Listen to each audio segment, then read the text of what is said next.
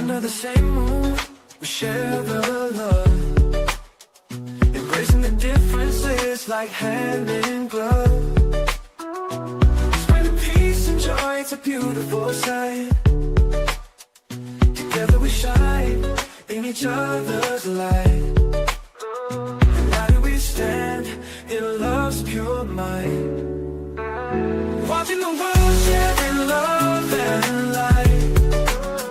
Hearts beating as one in our peaceful flight. Colors of harmony, hey, day and night. United we stand in love's pure might.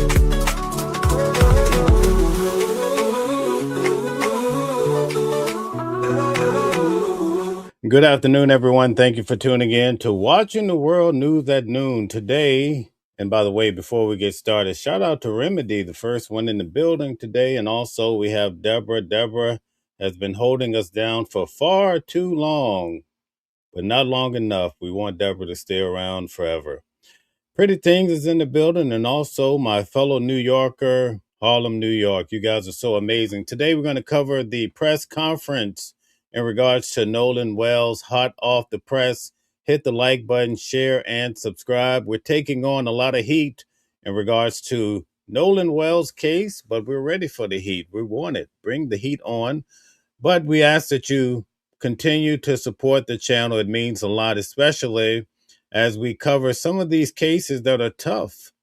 In fact, we covered cases that people find it disturbing to talk about, but these are the things that we're faced with every day. In fact, I was speaking with someone today, and we were talking about all of these cases, especially involving young girls, young boys. Who's causing all of this to happen? Well, whichever way this goes, we're going to talk about it. In fact, the more you push back, the more we're going to talk about it, all right? Because it's important to bring awareness and we shine light in places that other people find to be dark, right? What you try to hide, we shed light on and will continue to. So let's pay attention to this press conference. Again, hit the like button, share, and subscribe. I'm actually producing a nice video in regards to the Nolan Wells case to help you understand the timeline, okay? The timeline. So make sure when I drop the video that you go and like it and bring some awareness to it, because I'm going to show everyone that after 4:30, in accordance to the words of Warren, we really don't have anyone to point fingers with photos or video that say, here, guys, here's Nolan. Nolan standing here eating a cheeseburger. We don't have that, okay? So that's what we're looking for. The minute we find anything to show that Nolan is on the island after 4:30, I'll be the first one to come forward and say, listen, guys, here's Nolan after 4:30. Here's Nolan after this audio came out, but people are saying, Nolan, oh shit, Nolan, all of that, right? Now, let's make it very clear. We're no fools over here. We're very intelligent folks here at Watching the World. In fact, we don't need your enhanced audio. We don't need your manipulated audio. We don't need you adding anything to the audio. In fact, we don't need you removing anything from the audio. Keep the sound on the audio. I don't care about the sound. You know why? Because with the natural audio that was put out locally by the WLOX, you can still hear Nolan's name at least 3 times.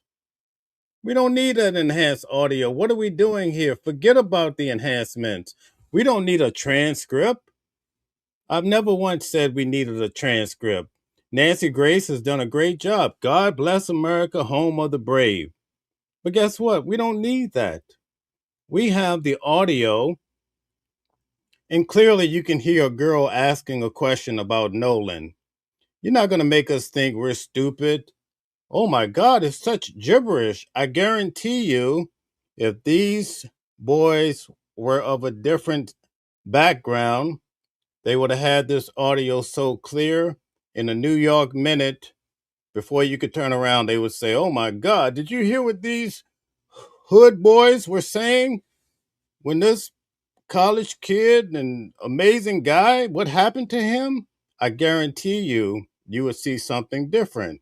But now everybody wants us to say, "Oh, you heard something in the background? You're crazy. You're out of your rabbit mind." That's what people want you to think when it comes to this. So anyway, let's get to the actual press conference. Okay. Now, again, I always drop the link. If you'd like to come up and tell us something different, show us something different, we're not accusing. There's no suspects on the table here. I made that very clear, right? We're not even saying a group of people did something to Nolan. We don't have any hard proof of anything. But what we're doing, we're taking our time to look at a case, and not just Nolan case, we look at many cases, right? And history kind of helps us to understand what the future is going to bring.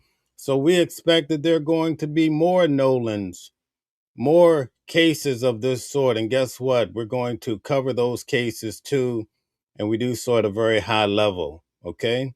No amount of intimidation is going to change that fact. In fact, the more you try to suppress Nolan, the more we're going to push back. In fact, we're going to talk about Nolan every night until the chickens come home. You follow what I'm saying? It's a very serious matter. We don't take it lightly around here because every life is important. And whether Ben Crump talks about it, whether the family talks about it, we're going to talk about it. Okay? And we're going to do so. And we're going to uncover every stone. We're going to look at every boat. And we're going to ask questions as to why the Palm Beach wasn't on the police report. Kind of like what we did last night. Yes, we're going to do it. So for those of you that consistently come into the chat with your own scenario and trying to push people around, it's not going to work. All right. The more you push back, the more foolish you appear. And guess what? Our moderators are not going to stand for it. We let you live, right? They let you live for the most part. But the minute you cross the lines and you start to act uncivilized, then you have to go. All right. That's just how it goes. That's the nature of the beast. So let's get to this press conference, guys. Hit the like button, share, and subscribe. I have a powerful show coming. If you thought the show last night was great in accordance with Nolan Wells, well, you'll definitely appreciate the next one coming down the pipeline. Let's check out this press conference, and thank you guys very much for all you do. Let's get to it. Right.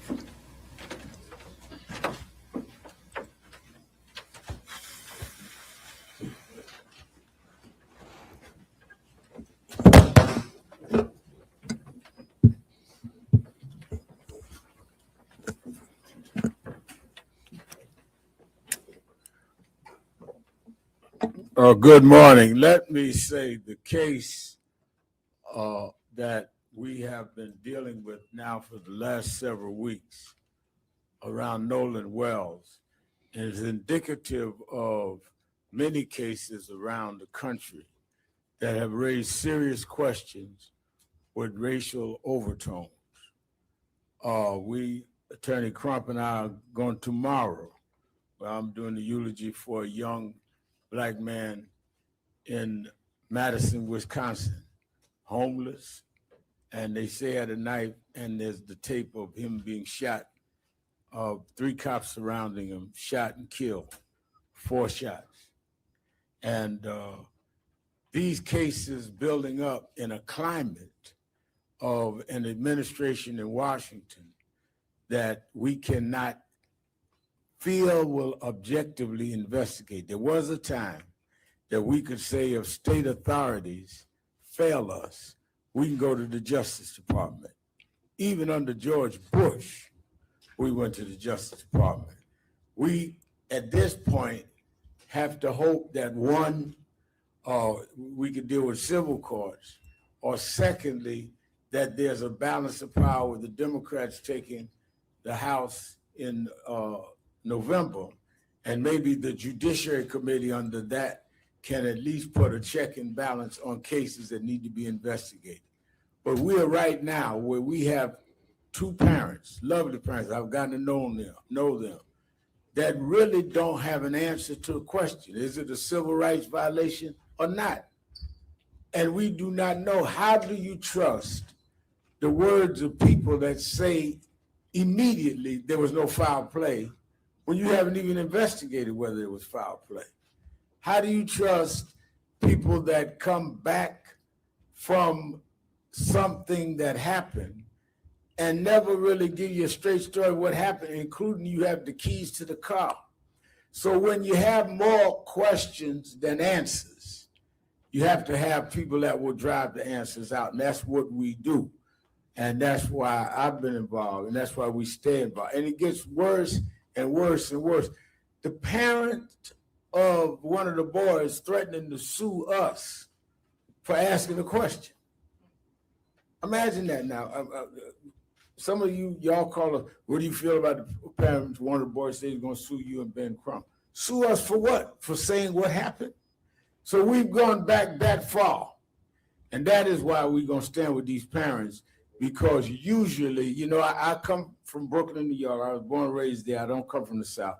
But my mother used to bring me down south to my grandmother in Dothan, Alabama.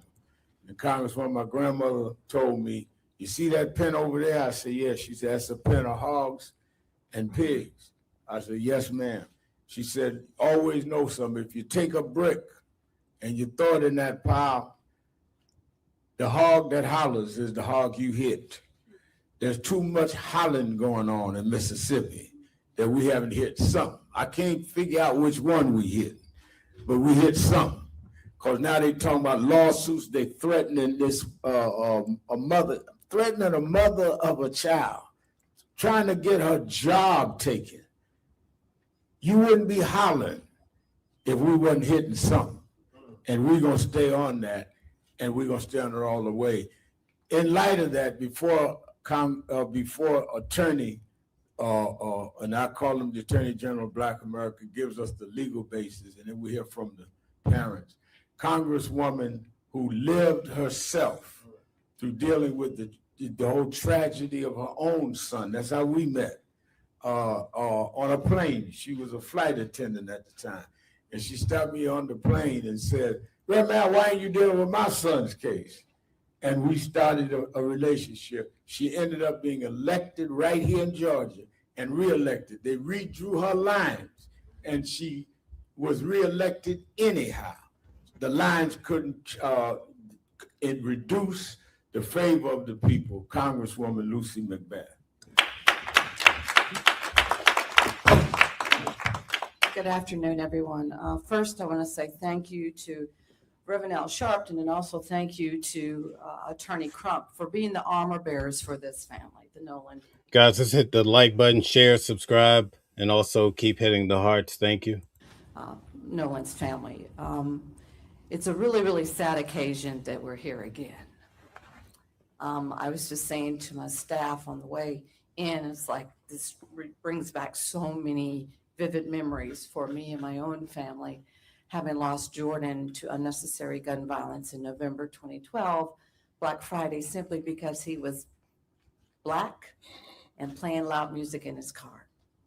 And so here we are again today, here for the loss of another Black young man in our community. And we find ourselves asking the same questions.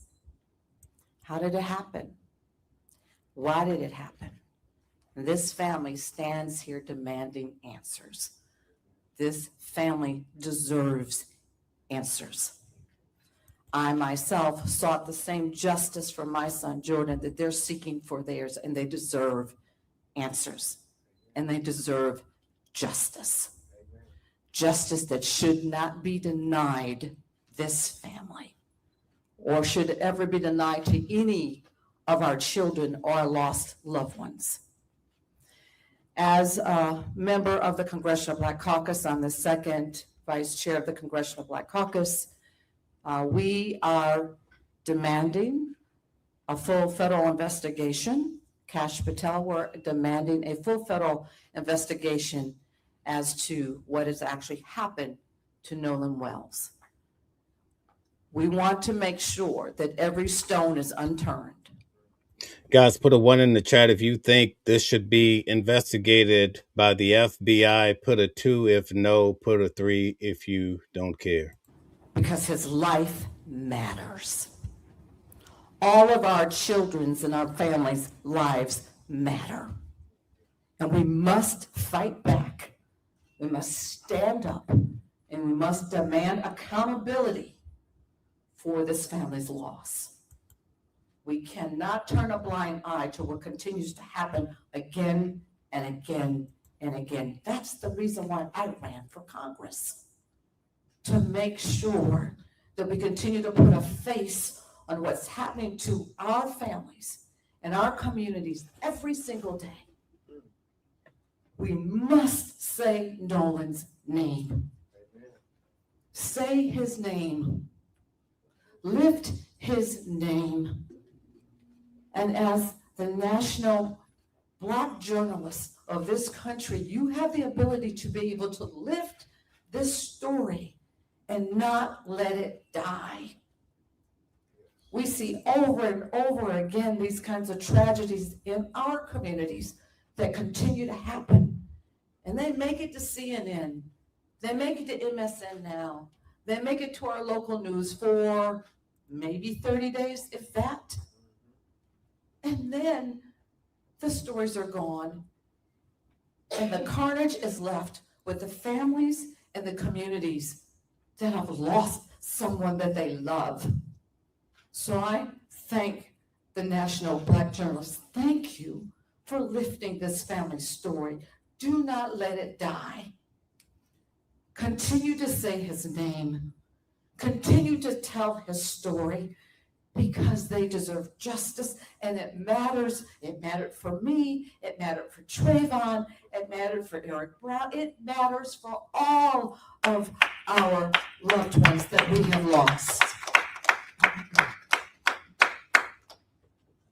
As Attorney Crump comes, let me say, as Congressman McBath has said, the caucus has asked the federal government to look into it. For those of us that are worried about the politicalization of the present administration, that is why January becomes important, that we have a judiciary committee that can also monitor when investigation happens now or does not happen. So it won't end there. They may come out with any announcement they want in the next month or so. We having the big march August 28th in Washington, we must deal with voting rights. So we have the right people in, so we can check and balance. I want to say to people in Mississippi, whatever investigation you come with, once we have a fair and balanced government, your investigation will be investigated. It will not end with what they say in Mississippi. Attorney General of Black America, Benjamin Crow. Thank you so much, Mentor. Reverend Allen, thank you for helping not only lead the effort to get to the truth, but keeping this family in your prayers as you have done so many more families, giving them support. I'm Attorney Ben Crump, along with Attorney Eric Ertz, Attorney Lisa Park, Attorney Ahmad Smith. We have the honor of representing the family of Nolan Wells. Obviously, you all have come to know his parents, Christine and Elmore Wansley. And this is hard. I heard Congresswoman McBath, who lost her son Jordan almost 12 years ago. And it's still raw and emotional when you hear her talk about the loss of a child. I mean, he's not coming back. And that is the story. Everything else is just, hyperbole, is distractions. The story is what happened to Nolan Wells. Somebody knows something. Somebody saw something. I'm thankful to Reverend Al Sharpton and Mr. Tyler Perry and Terrell Owens and Byron Allen putting up these rewards. I understand others have now put up rewards, and that's good because that means we all have the same objective. We want the truth about what happened to Nolan Wells. And it is urgent. It is urgent because each day that goes by, you worry, will we ever get to the truth? And so that's why we want to thank CBC for calling on the federal authorities and anybody else who has resources to help this family get to the truth of what happened to their son. I know I was talking to Christian Clark, and she said, no, let's make sure that all taxpayers' money that goes to support federal resources apply to our children too. I mean, let's say that nobody should say, oh, it doesn't matter that much because it's a black child. No, it matters. All of our children matter. And so we are going to continue every day to say his name, Attorney Hertz, Attorney Park, Attorney Smith, trying to work with the local district attorney to give them what they need to do a thorough, fair, full, impartial investigation. That's what we're asking for. Everything else is just a distraction because Nolan's birthday is next Wednesday, August 19th. It is going to be extremely difficult for his family because this August 19th will be like no other that they've ever had for the last 19 years. I mean, it's a milestone when your child gets to be 18 years old. You try to breathe a little easier, Reverend. Now you say, man, we almost got them there. Guys, can we hit the hearts? Thank you very much. They're at the cusp of being an adult, cusp of manhood. And you heard how Elmore was working so hard, him and Nolan, his football career. I mean, he had a good start, but this was really going to be his year. I mean, so much hope, so much promise. And then July 4th came. And 4th of July will never be the same to Christine and Elmore. And on the 19th, next Wednesday, his family, we're all asking for prayer for Nolan. I know there's going to be a prayer visual in Ocean Springs. I know Reverend Al is going to work to make sure we're all praying all across the nation. But y'all, let's pray. Can we pray together in unity to say, let's get to the truth of what happened to Nolan Wells? Can we do that, America? Can we at least come together in unity on his birthday? Everybody who claimed to ever be a friend of his, can we come together in unity and pray for the truth and try to have love in our hearts for this family, for this brokenhearted mother and father, his sisters and brothers? Can we try to give them grace and give them love and pray for their humanity, for their son who was lost on 4th of July and is never coming back? Is that so much to ask? Let's have a national day of prayer on August 19th, next Wednesday, for Nolan Wells. And at this time, we'll hear from his mother and father, then Eric, and us will try to answer your questions. Hello, everyone. Thank you all for having us, for platforming our son's story. As many of you know, his 19th birthday is next Wednesday. And it's, as the days gets closer, it's definitely getting harder. That realization is really sinking in, that we don't have our son physically here anymore. And I think a lot of people have forgotten Only thing we want to know is what happened. That's all we want to know is what happened to our son. Because many parents out there, you still have your children. You still can hug them. You still can call them. You still can celebrate their life with them. And we do not have that anymore. Our lives have forever changed. This new normal is something I would never wish on anyone, not even my worst enemy. The hurt that we feel daily, the conversations that we have to have, not just with each other, but also with our other children as they are grieving as well.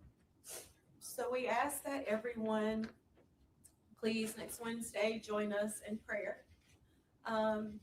As for us as a family, but also too for everyone out there, but especially for Nolan and the process that we're going through. And again, we thank you so much.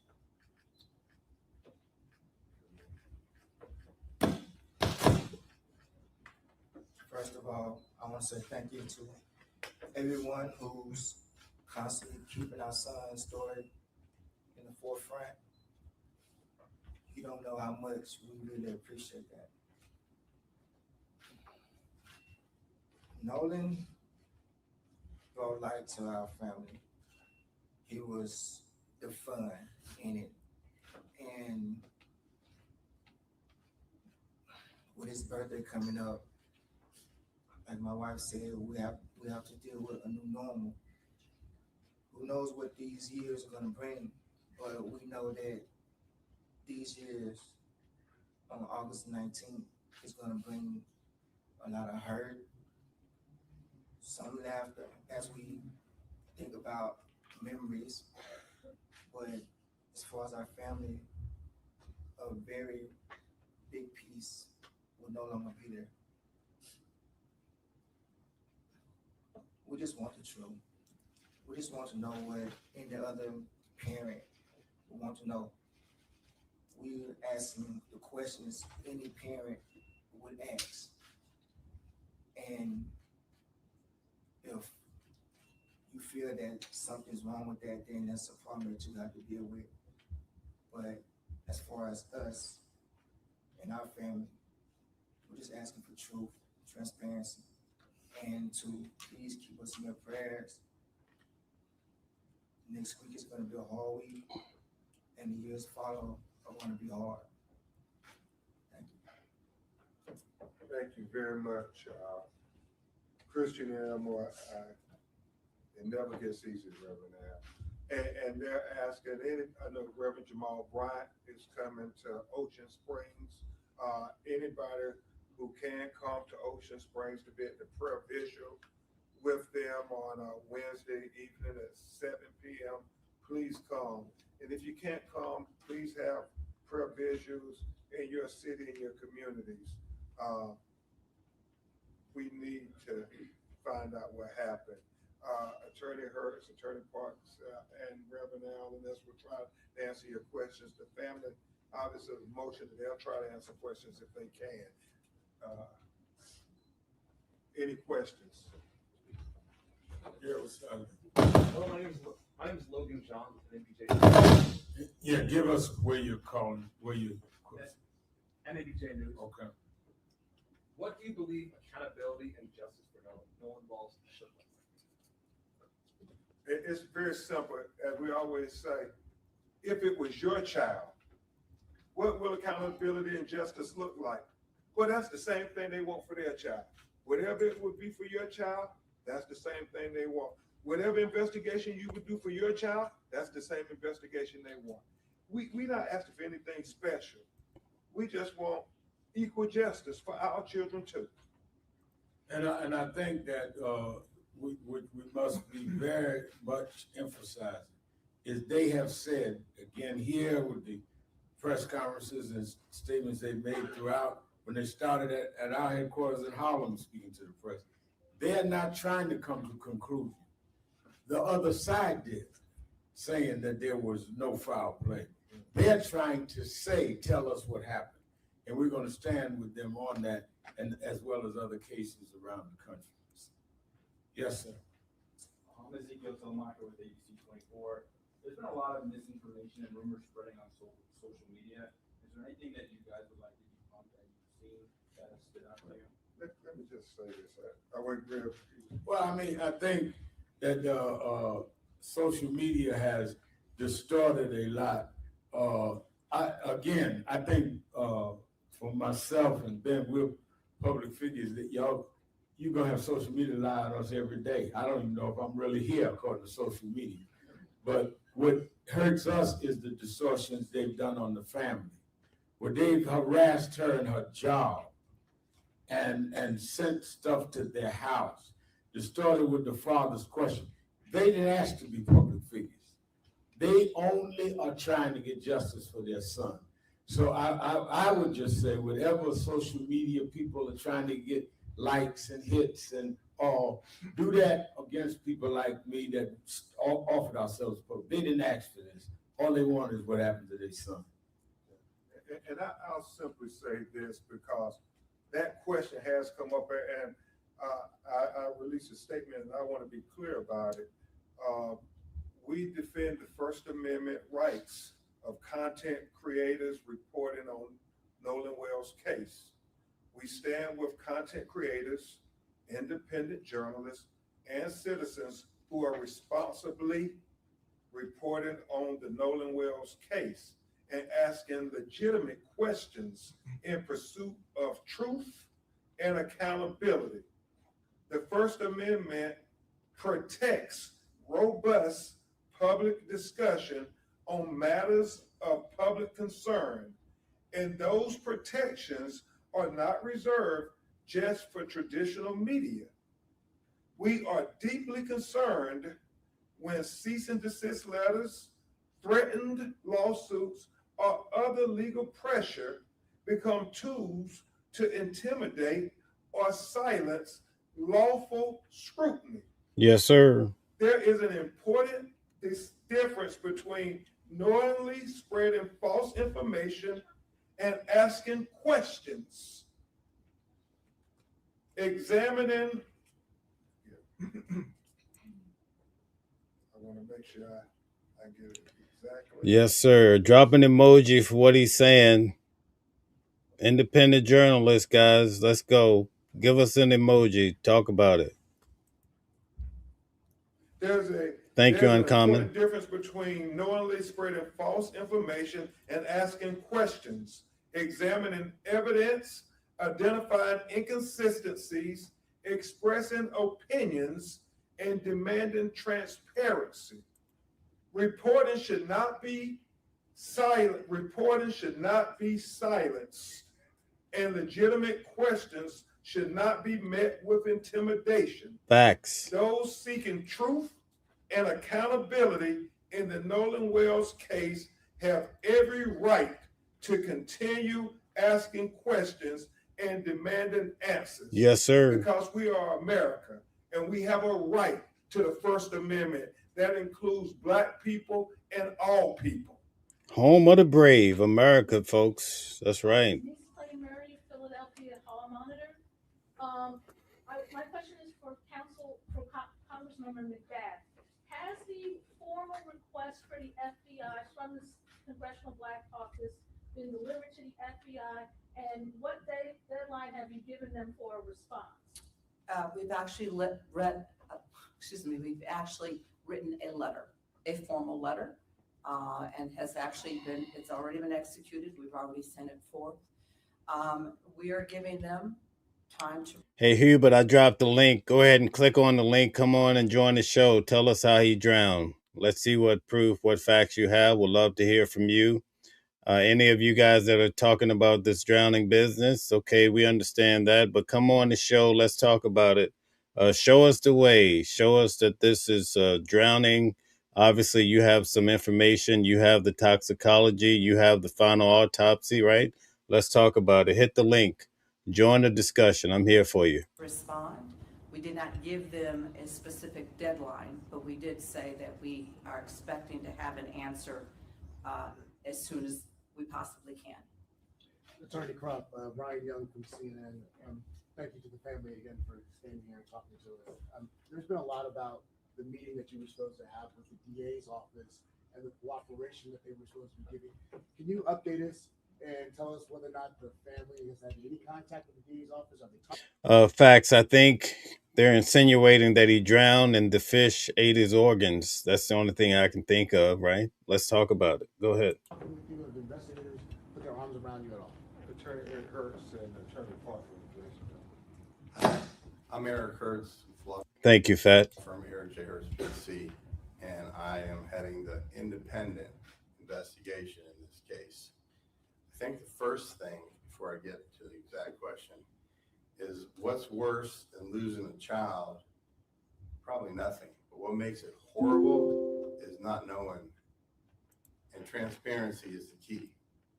So with us going into this case as doing an independent investigation, we first thank all the people on stage, all the people that have helped, and we thank you, the media. We have had much communication with the district attorney, and I feel that is confidential.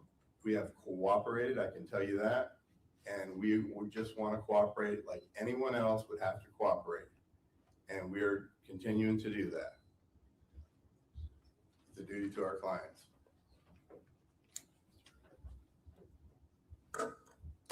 So just to address that specifically, you may already realize and already know, there was a meeting on July 15th in Mississippi with the DA's office. At that meeting, there were several things discussed about the investigation regarding Nolan Wells and what happened to him.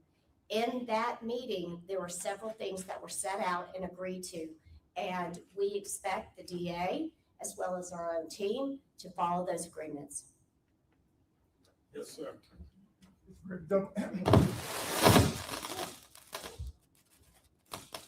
it's Greg Dunmore from Post Beat Media out of Detroit, the ABC sister station TV 20. Evil prevails when good men and women remain silent when the facts come out, and they will come out.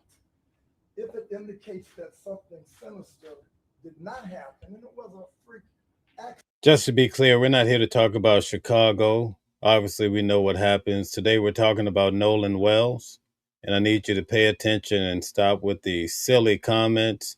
Get focused on what's important, and that's the name of Nolan Wells here today. Will you believe that the truth is still not being revealed?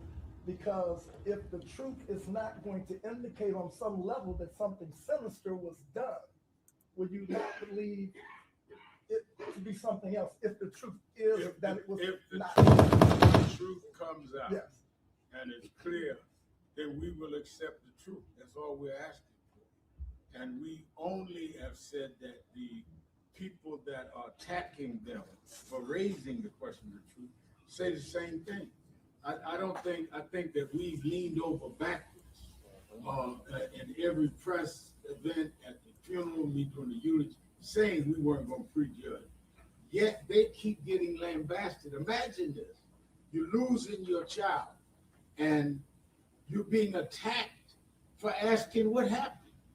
I mean, they're not political figures. Why are they under attack for asking for the truth? So it's not about us accepting, it's about whether or not those involved can accept. Yeah. Hello, Empress and Sophies. Well, they always try to shut us all out. We're not be silenced. What is that noise, by the way? Anybody know? Yeah, it's on. Yes, Nehemiah Franklin. Don't move the mic. Okay. Try this again. Okay. Yes, Nehemiah Frank with the Black Wall Street Times out of Tulsa, Oklahoma. Condolences to you both. My question is for Mr. Wansley. When you went to Jack's house and he used the past tense and literally said to you, from what you've told us, the media, that the brother, or that he said that Nolan was like a brother a day before the body actually washed up, was that like alarm? Did it send any alarm bells through you at all?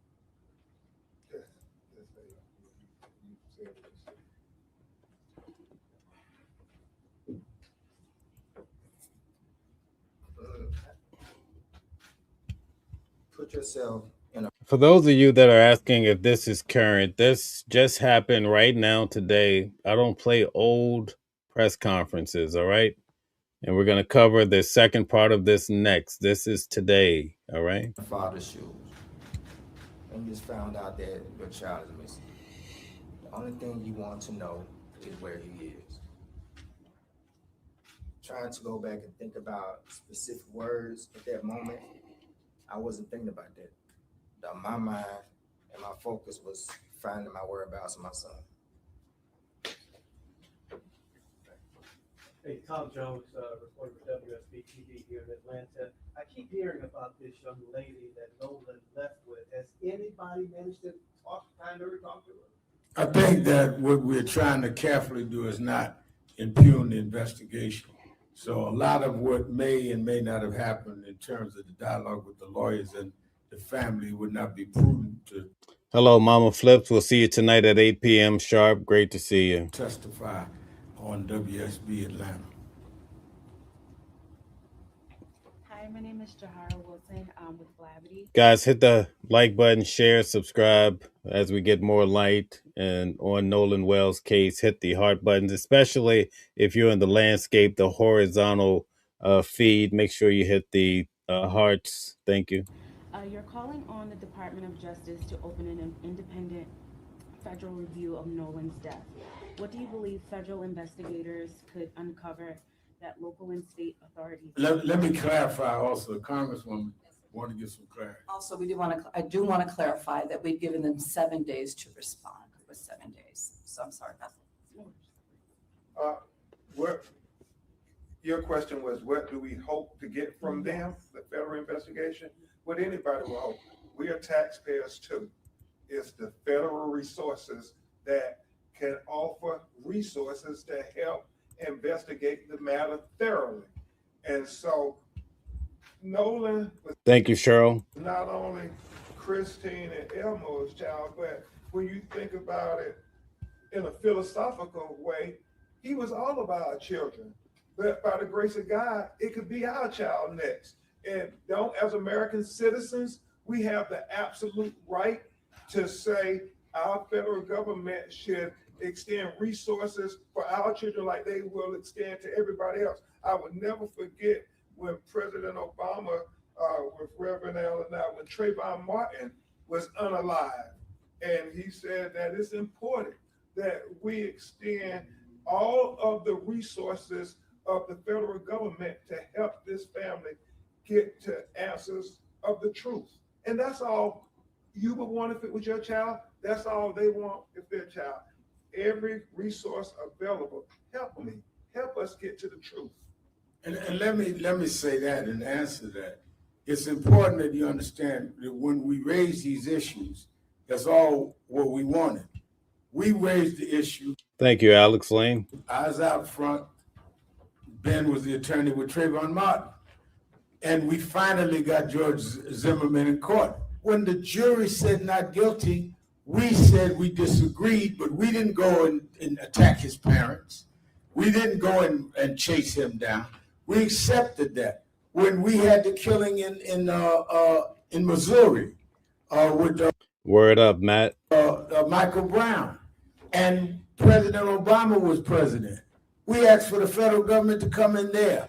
Eric Holder and them investigated the case and said there was no federal case that they could bring. We accepted that. So don't act like we don't accept it. We accept it when Michael Brown's case didn't go federal. We accept things when they're fair, but we want them to be fair. That's why I said, as the Congressman said, they're giving them 7 days. The FBI come back either way, but we want it reviewed by the Congress at some point. I'm on my way tomorrow to Madison, Wisconsin, to deal with Ruiz shot on camera. Why, man, there's a... Guys, I'm headed to Dallas, McKinney to cover Carmelo Anthony's hearings next week. I plan to go to Mississippi to Horn Island en route. Thank you. Company trying to get a contract that is in business with ICE. I'm going to talk about that tomorrow. We look at it from a civil rights point of view. They're dealing with it from their son. This is fresh blood. Yes, ma'am. Susanna Capaluto with NPR. Has the DA said anything to your attorneys regarding the joint investigation of the cell phone? I'm sorry. Can you repeat that, please? I'm sorry. Has the DA said anything, given any guidance on the joint investigation of the cell phone? I believe Mama Flips will be joining too. We are in constant communication, and just like anything, I'd like to address the gentleman sitting next to you. What was your name again? Oh, Yeah, you get 2 shots, yeah. this is Greg Dunmore. Okay, just to address Greg's question. You know, the truth has to be proven and shown with the methodology, the way they came about. Someone just can't come out and say, hey, I have a Ferrari, and then you believe they have a Ferrari. I don't have a Ferrari. The truth has to be shown. You got to bring them to your garage, show them the title. That's the truth. And yes, we will accept the truth. So the same way with what the young lady sitting next to you is saying, which is we have procedures that the courts require that we as lawyers ethically have to follow in order to turn over evidence. There's chains of custody. Guys, all you have to do is hit the link in the horizontal feed. There's 2 feeds going right now, the vertical and the horizontal. The vertical is for cell phones. The horizontal is for laptops and your television. Click on that link and join the conversation. I see people pushing back. Let's talk about it. I extended an invitation to Officer Tatum to discuss this case at a high level.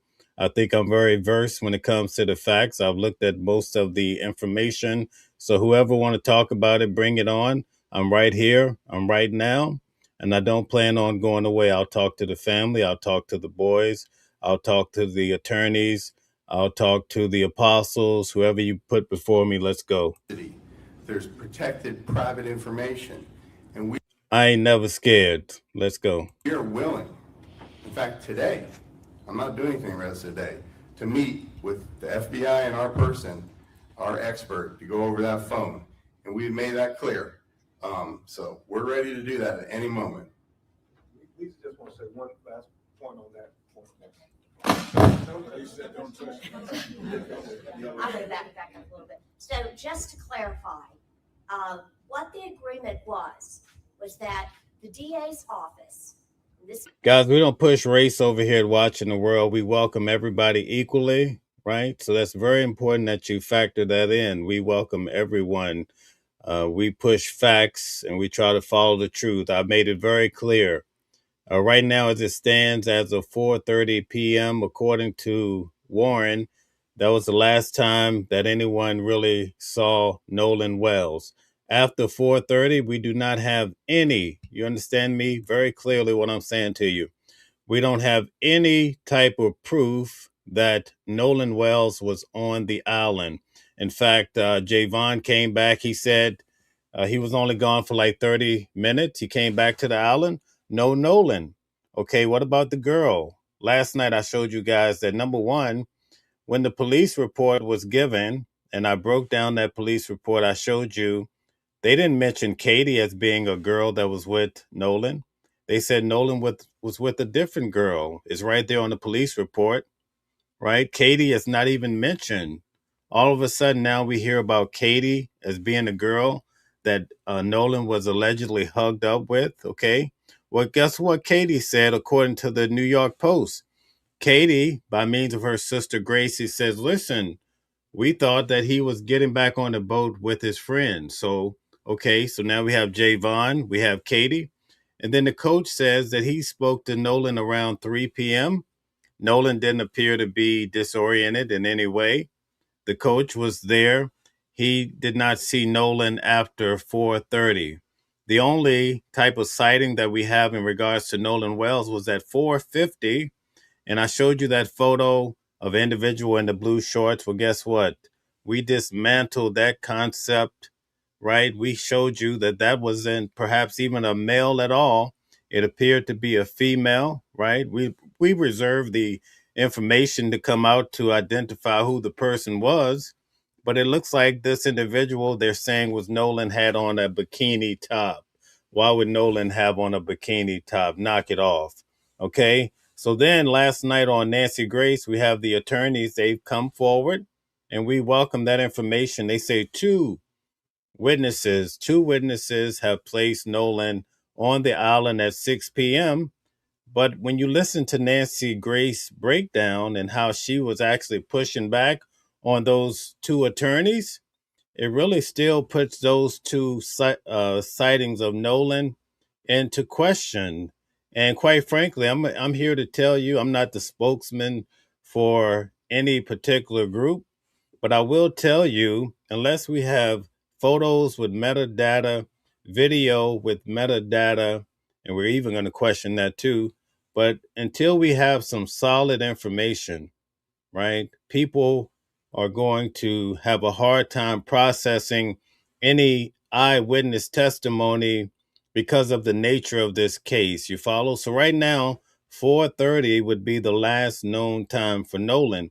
Now, I want to clear this up before we get back to this press conference. This is very important. At 4:30, they left the island on the Triton boat. They also left on Bart's boat. Okay, so there's two boats going. Warren says that the Palm Beach left with three guys. Now, I want to take you guys back to last night to the police report that I went over so nicely. When they give us that police report, they do not mention the Palm Beach. It's as though the Palm Beach was not even there that day. So you mean to tell me we have a police report that doesn't mention the third boat, the Palm Beach? See, here's the key that we're looking at, right? I have an attorney, Wayne, that's in the chat. This channel has a lot of attorneys. Can't wait to have Wayne on the show. But here's the point I want you to keep in mind. You had three boats. We have the reports of the GPS, right? The GPS shows us where the boats went. Okay, we're not accusing anybody of anything. We're just following the information. The GPS shows us where the Triton went, but I showed you last night in the police report, they maybe mistakenly, instead of showing us the GPS report for Bart's boat, which was the tide line, but actually on the police report, they call it the Tide Craft. Okay, it was the black boat. We don't have the GPS for Bart's boat. That's very important. We need to know where Bart's boat went after he towed them out about a quarter of a mile, according to Warren. Okay? But here's the thing. The third boat that left, called the Palm Beach, right? The one that Warren has yet to tell us who was the pilot, who was actually driving that boat that day. That boat left. And according to Warren, when the boat came from the dock to Horn Island, it had 4 individuals. When it left, it only had 3. Well, who was the fourth guy that did not go back on the Palm Beach? Who's that masked man? Who's that fourth guy? You see, Warren said he rode in on Bart's boat from the dock that morning to Horn Island.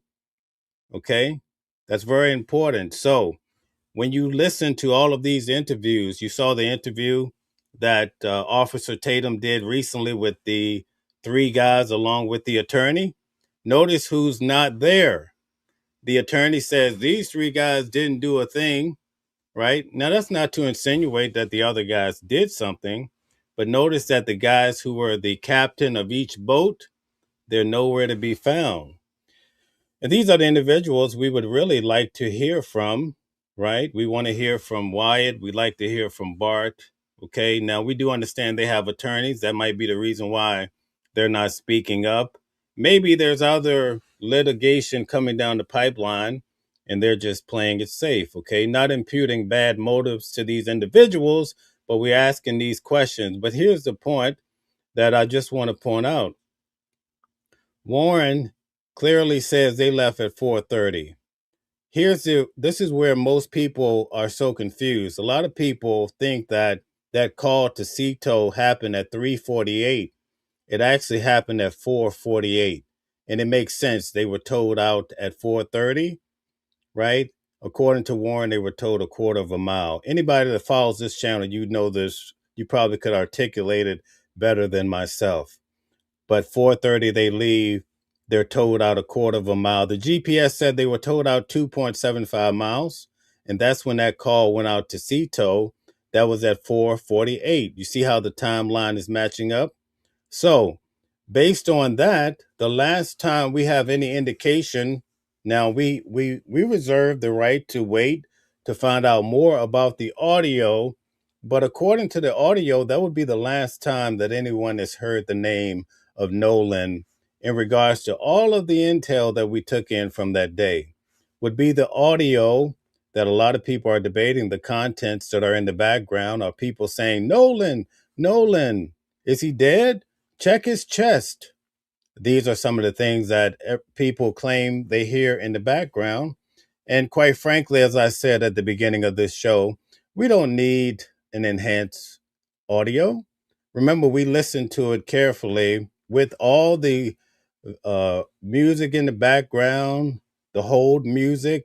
You can still hear Nolan's name. Okay? As much as you sit there and you say, oh no, we don't hear anything. It's just chatter. It's the wind blowing. It's fish jumping out of the water, right? It's people passing gas.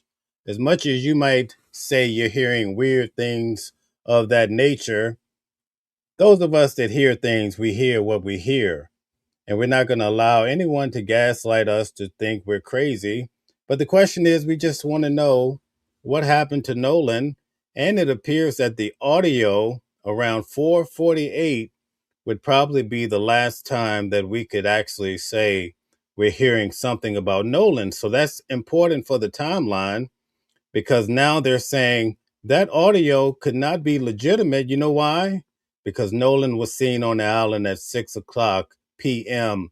by two individuals, right? We're going to listen in to what the attorneys told Nancy Grace in a minute.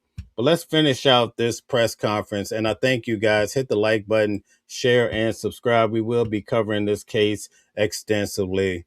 Yes, indeed. The Jackson County DA's office, as well as our forensic team, and possibly the FBI, we're going to together download and examine the phone. So it's done one time with everybody together, right? This is very common in the law. I mean, what you all may be more. See, they want to do it with the FBI. That's smart. See, now we understand, because the media, they run with the narrative, oh, bad mother, slap her hand. You don't want to give over the phone from your son? Bad mommy, right?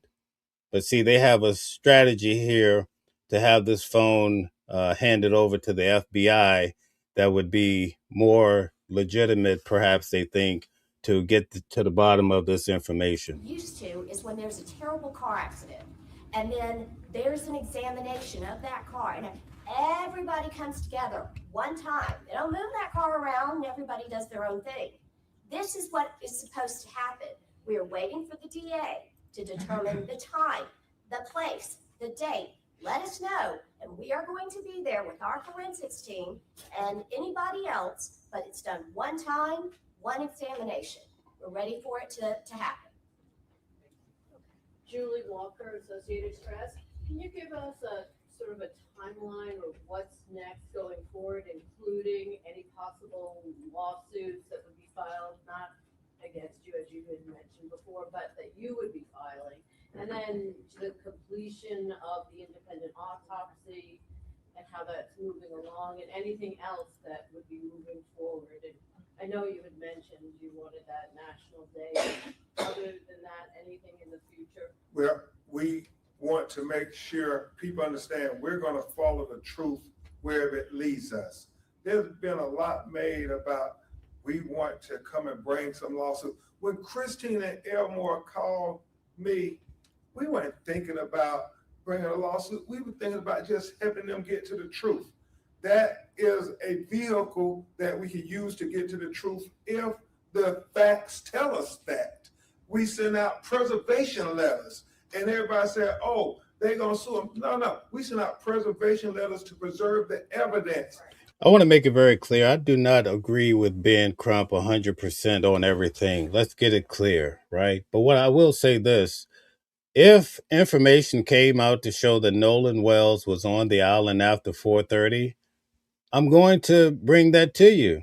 I'll be the first to show you, just like I've shown you many different points about this case, I'm going to say, listen, this clearly shows that Nolan was right here. And look at this. This is his shorts. We have the metadata, right? I will gladly show you this information. This is not like a one-sided thing. We want to know the truth. In fact, if that information comes out, I think people will calm down a bit and say, okay, now we need to understand how he potentially drowned, right? So let's just be clear. We're not one-sided. This is not about a color. This is about trying to get to the facts of the matter. And in those standard letters, you say litigation is reasonably anticipated to say, don't get rid of the evidence. We're on record that we want the truth, the whole truth, and nothing but the truth. And that's what's going to lead us in what we do. It's about the evidence, nothing else. And this family has always said from day one, even when in fact, we have some people in the audience that are pushing back. I invited you guys to come on the show. Feel free, instead of typing, come and talk to me. I'm right here, willing and able to talk to you. And I'm willing to concede on any points that you can just show us the facts. In fact, if you do have information showing that Nolan was on the island after 4:30 or beyond 4:48, 4:50 when that audio is timed, okay, let's show us. You have an audience here. Word travels quickly. Let's get to it and show people, listen, Nolan was actually on the island at 6 o'clock, all right? I don't want to hear this scenario. 2 people saw him at 6 p.m. Well, who are these 2 people? Well, they're anonymous because people are going to threaten them. We don't want to buy that. I don't want to hear it. I want to see some type of proof or hear something that we can hang our hats on. All right, let's get to it. If you have the information, come on up now.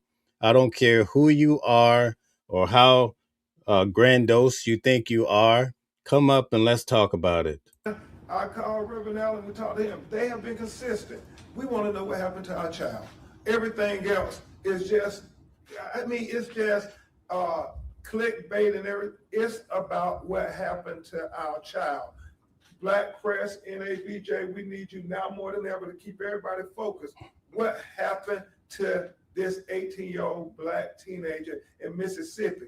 Because there have been questions when you look at the history of the Deep South where young black people are unalive and nobody ever gets any answers. Well, we want Nolan Wells not to be like many others that came before him.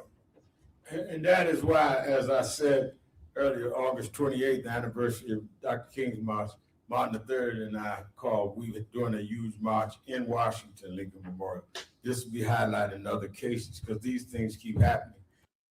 So if you listen to what they said, the mother wants to release the phone to the FBI with them present, right? Because obviously there's so much division going on with the local authorities and the family. So that makes sense, right? It makes clear sense. And to protect the right to vote. So we intend to stay out on the battlefield as long as necessary. Yes. And I'd asked about the independent also. We understand that Dr. Roger. By the way, guys, I think some of these individuals are bots, and I'm pretty sure you understand in this day and time what bots are. So that's why when I invite them to come up and have a discussion, I don't get individuals showing up to state your claim. Give us an argument beyond antagonizing the individuals in the chat. Mitchell is made himself available at any point that the district attorney's office and the medical examiner will allow him to come. He's ready, willing, and able to go do it. Thanks with NABJ News. You mentioned just now that multiple cases have happened like this that are similar. What do you think about this case in particular being called race politics? About this case in particular, what? Being considered race politics. I think that the race politics of this case has been the reaction. I think that we're not predetermining that the case was racial. We're determining that the answer, the investigation, has been racially divided. And that's what made it racist. Yeah, I take You see, here's the thing I want you guys to keep in mind. I noticed when the young men were on Officer Tatum's platform, I was so excited. I said, oh my, finally they get to explain what the chatter, what are these words in the background. I thought Officer Tatum would say, people are saying, a guy says, oh shit, Nolan, is that, who said that? You know, I thought he would ask these guys, who said that? What about the girl that says, is he dead, right? I thought he would ask, what are they talking about? Are they talking about the bilge pump? Are they talking about the motor? Are they talking about a fish? Maybe a fish flew on the boat. And the girl says, oh, is he dead? You know, give us something, give us some sort of explanation. But guess what? We did not get those type of questions. It's almost like the questions that are being asked are, you know, they're telegraphed in a way, not real journalism to ask the question. See, once they explain, maybe there's a real reason as to the noise in the background or the words, right? Because some of these words are clear. And again, we don't need an enhancement. I'd say throw all the enhancements out and use your own ears and your own brain along with your earphones. I think you could come to a reasonable conclusion about what you're hearing, enough to know, right? Because here's the key to this. Nolan was left behind on the island, according to what Warren said, right? Here's another thing I would like to know. Warren says his friend says, Nolan, get on the boat. Nolan, get the F on the boat, right? Who was that friend? I was hoping that one of those three guys would say, hey, you know, when Warren says the friend was telling Nolan, get the F on the boat, Nolan, get the F on the boat. That was me. See, I thought that would happen too. We didn't get that yet, right? So I just want to know, why didn't Officer Tatum ask those questions just to help us understand? Listen, maybe when they're saying check his chest, right? Check his chest. Maybe they're talking about a fish. I don't know. Maybe they're talking about a chest of gold and silver. Maybe they're pirates. I don't know. But maybe they could have given us an explanation to say, yeah, we had a chest of gold there and we were checking out the chest of gold. You see how that works? Now we say, okay, we're dealing with pirates. Oh, it makes sense. Okay, let's keep going. Thank you guys very much. Hit the like button, share, and subscribe. two more. This is a press conference, not a revival. We're not gonna be here all afternoon. Yes, sir. And also to be a loud voice. In particular, piggyback on what President Trump said, is it the fact that this happened in Mississippi why it seems to be so difficult to get answers in regards to the black man's death? Did you say Trump or rather than Crump? I'm just trying to. Yeah, we praying for you at the prayer meeting.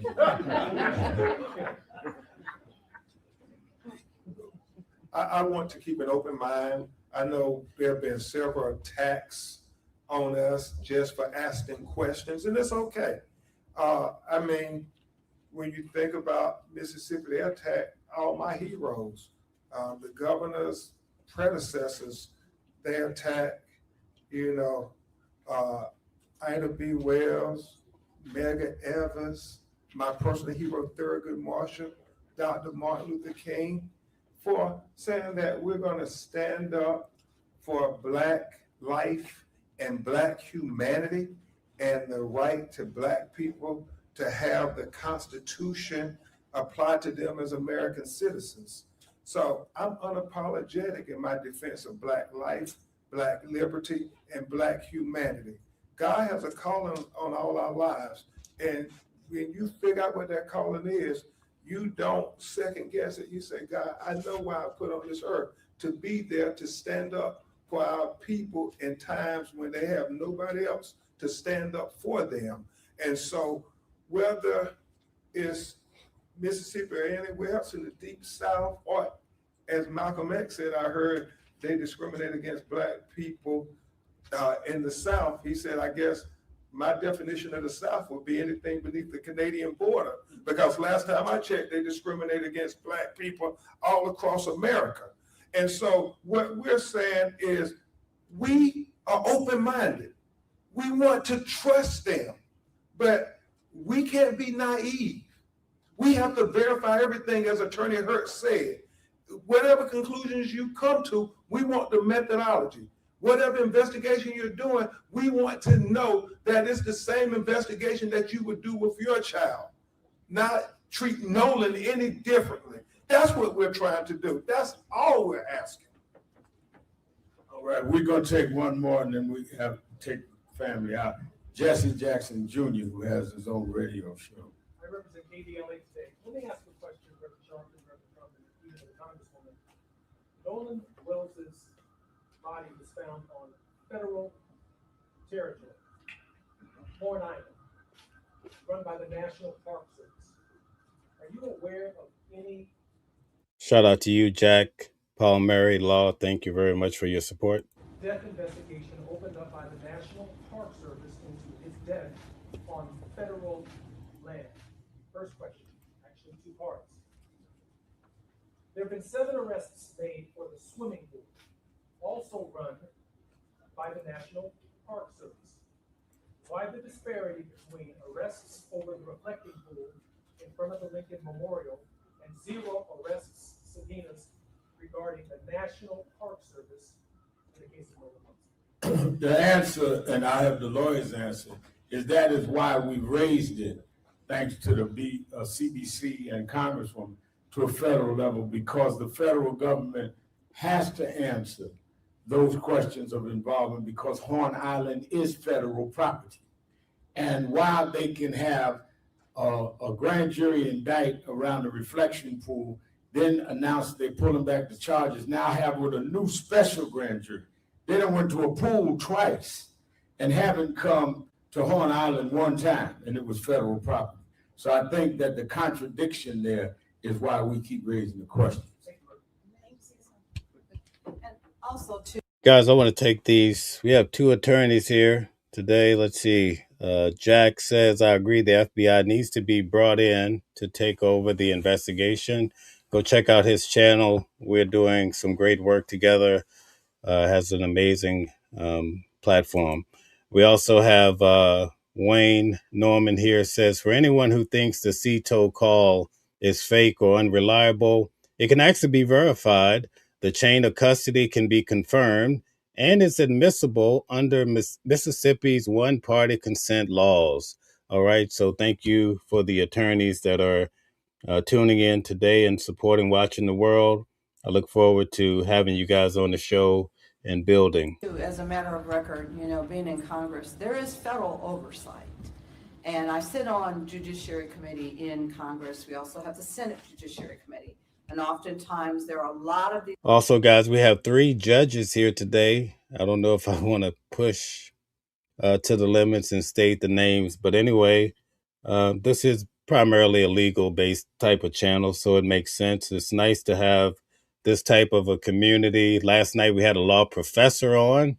This is so amazing that every other day we're having amazing people that know the law, but also perform at a high level. These kinds of investigations that come before us because we have the authority for oversight. So since this is considered, at this point, would be considered something of national federal interest, that is the reason why we're asking for the accountability to make sure that this is not just swept under the rug. And I'll say in conclusion, thank you to the media. Now more than ever, the 4th branch of government, we need you. NABJ, we need you now more than ever. We're talking about Nolan Wells, but remember, there were 2 other 18-year-old Black teenagers who were unalive in highly questionable situations. Tyler Smith and David Irvin. And we need to be talking about these children. At this point, anyone is welcome to come on the show and state your claim, whether you're for or against, whatever you want to say. If you want to tell us that it feels nice outside, whatever you want to talk about, come on the show. I'll give you a minute to state your claim and we can go from there. Now is your time. Thank you so much for tuning in to Watching the World. We try to perform and talk about these cases. We try to remain neutral because we're probably 50-50 Democrat, Republican, and those in between. All right. So we're not slanted one way. Okay. It's very important that you understand that because we try to have a meeting of the minds, because we know that iron sharpens iron. But also, when you add a crucible to the situation, even if you thought you made a great dish, perhaps Sophie's and Deborah, also Empress in New Jersey, and they're making something and they put all the ingredients in the bowl. It's not until you apply the heat, the crucible, that you understand what you truly are making. And sometimes we have our lives we're trying to live. It's not until we go through hard times that we start to realize what we're made out of, right? We know the females are made out of, we're taught the amazing things of life. But when it comes to sometimes from the man perspective, right? A lot of times too, we have to go through some major struggles, right? And also, and many times we have to lead the way throughout those struggles while the heat is on, right? People don't quite understand that as much as they should. But thank you guys for being supportive. You know, the young lady, Alyssa Hackett, who was, I mean, brutalized by a state trooper and who cursed her. I mean, she's a tiny black teenager. And, you know, Reverend Allen, as we were looking at the video, as a girl dad, I mean, if a police officer can't have an interaction with a black teenage girl without body slamming her, cursing her, and punching her in the face, what does that say about where we're at in America in 2026? This is about covering those stories, even when people who may run your news outlets don't want you to cover the stories. We need you to give us a voice in the tradition of Ida B. Wells. We can't have the police just. Here's one of the best questions I've seen in a long time. Purple Groovy always has an amazing way with words. Says, why couldn't the coroners collaborate with each other to bring more clarity and transparency to the investigation? Thank you for that great question. Writing the narratives and the reports. We need you all writing those narrative reports. And you got to challenge your white counterparts and say it. Ida B. Wells said famously, Reverend Al, the killers write the police reports. No, we need NABJ to write the reports and the narratives. Thank you. Okay, so there you have it. In accordance to the press release that they had today. Now we're going to go to another segment of this whole press conference. We're going to break it down. Hit the like button, share, and subscribe. This will be about 30 minutes, so I look forward to going over this with you as well. Again, hit the like button, share, and subscribe. Let me pull this up so we don't waste any time before the show actually starts here. Okay, here we go. I'm going to play this. And again, I want to ask you guys to try to be peaceable in the chat. Try not to ruin somebody else's day just because maybe you stumped your toe earlier this morning. You know, don't take that out on our dear watchers who are just trying to tune in and have a good day together, trying to understand more in regards to Nolan Wells. All right. I don't mind you guys giving me a hard time, but when it comes to the people in the audience, just trying to live and let live, I often wonder what's wrong with folks. Okay. So let's see if we can get this playing here. And again, thank you very much. Okay, we need some time yet. Let's see what the issue is. Give me 1 second. I'm trying to get this to play. This is the other segment of the press conference, and then we'll be out of here until tonight when we have Mama Flipped on the show tonight. We look forward to having her on to talk about Nolan Wells and a few other points we'll get into.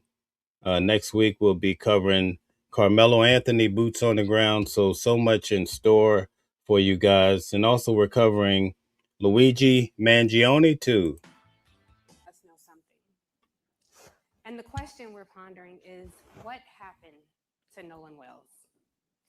On Friday, July 3rd, the 18-year-old, who would have turned 19 just a little under a week from today, made dinner for his family that evening and he spent the night with friends. On Saturday, July 4th, just before 10 a.m., Nolan set out for Horn Island. Now, Horn Island is a barrier island about 10 miles off the coast of Mississippi. It's a popular hangout spot, big with boaters. About an hour and 20 minutes later, the boat with Nolan and his friends arrived at Horn Island. The Jackson County Sheriff's Office says that Nolan was seen there around 3 that afternoon.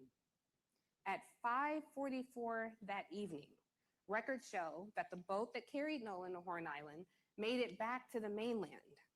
Again, that was 5:44. We're talking just over 2 hours. Now, his family reported him missing around 11 that night, and this was after one of his traveling companions called the family, alerting his mother. By Sunday, Nolan's family is, of course, understandably frantic. They're retracing his steps, they're posting online, as we often have to do with missing Black children. What happened to Nolan Wells? Well, by Monday, July 6th, the news that Nolan's family feared the most, the remains of Nolan Wells had been recovered on the shore of Horn Island. What happened to this boy? NABJ, I want to bring to the stage 2 people who want answers to that question more than anyone. His mother and father, Christine Wells Wansley and Elmore Wansley, joins the stage now.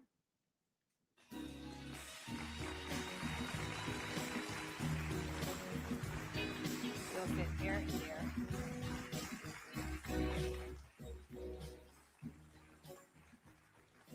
And they are joined by civil rights attorney Ben Crump and Reverend Al Sharpton.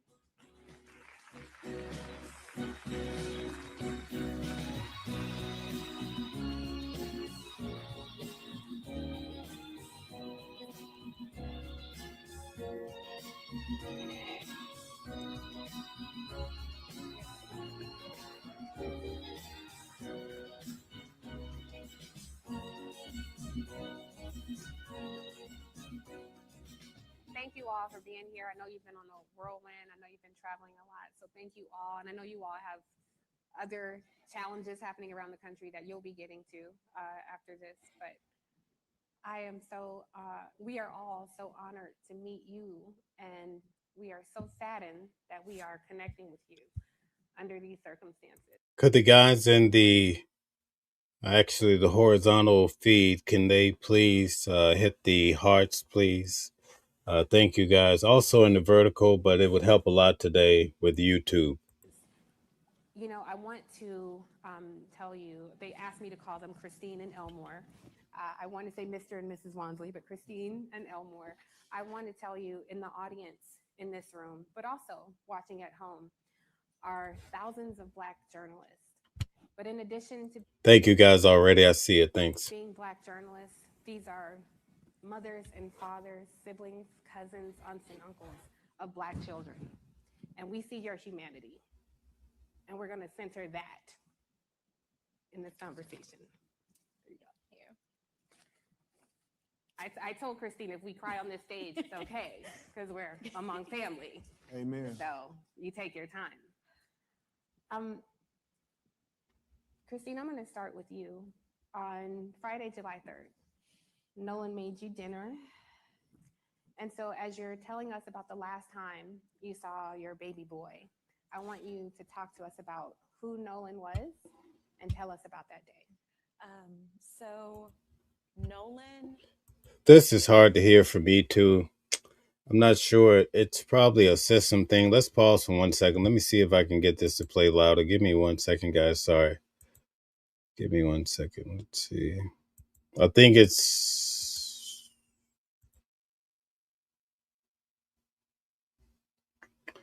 based on how they recorded it. I'm so sorry about this. Yeah, I don't think we can get it louder. Sorry. Is and was an incredible, just incredible soul. He was the person who, no matter where you were in life, what was going on, he was going to be your biggest cheerleader. And I can attest to that because after COVID, my sister was like, oh, you should do social media. And I'm like, oh, I don't want to do social media. I like to just watch others. And then Nolan was like, no, Mom, you should do it. I'll help you with the videos. I got you.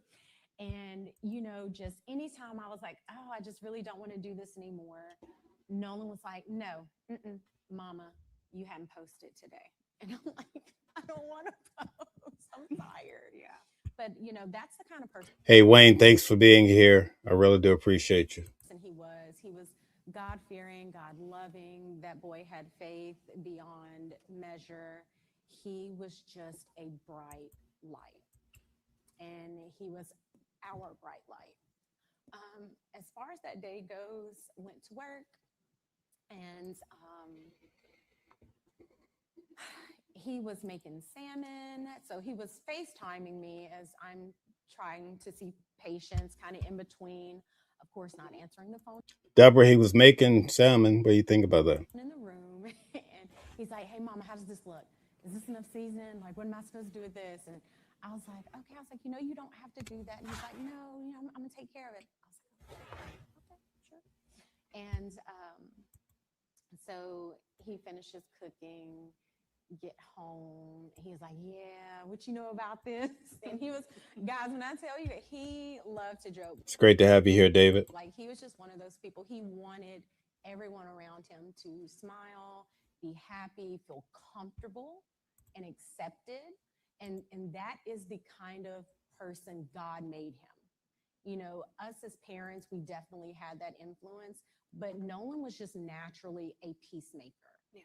And so, yeah, after that, it was, you know, 8, and then he got ready to go. He did his normal, hugged us up. I love you, Mom. I was like, you know, be safe, knowing this was going to be his last weekend before going back to school, because football was starting, the summer training was starting. And this was his second year at Southwest. And so we knew this was going to be a big year for him. Dad and him had been training and doing all these things, and really just kind of sitting with him and letting him know, like, hey, you know, we're going to the next stage in your life as well as, you know, your football career. So the focus was there, and he was ready.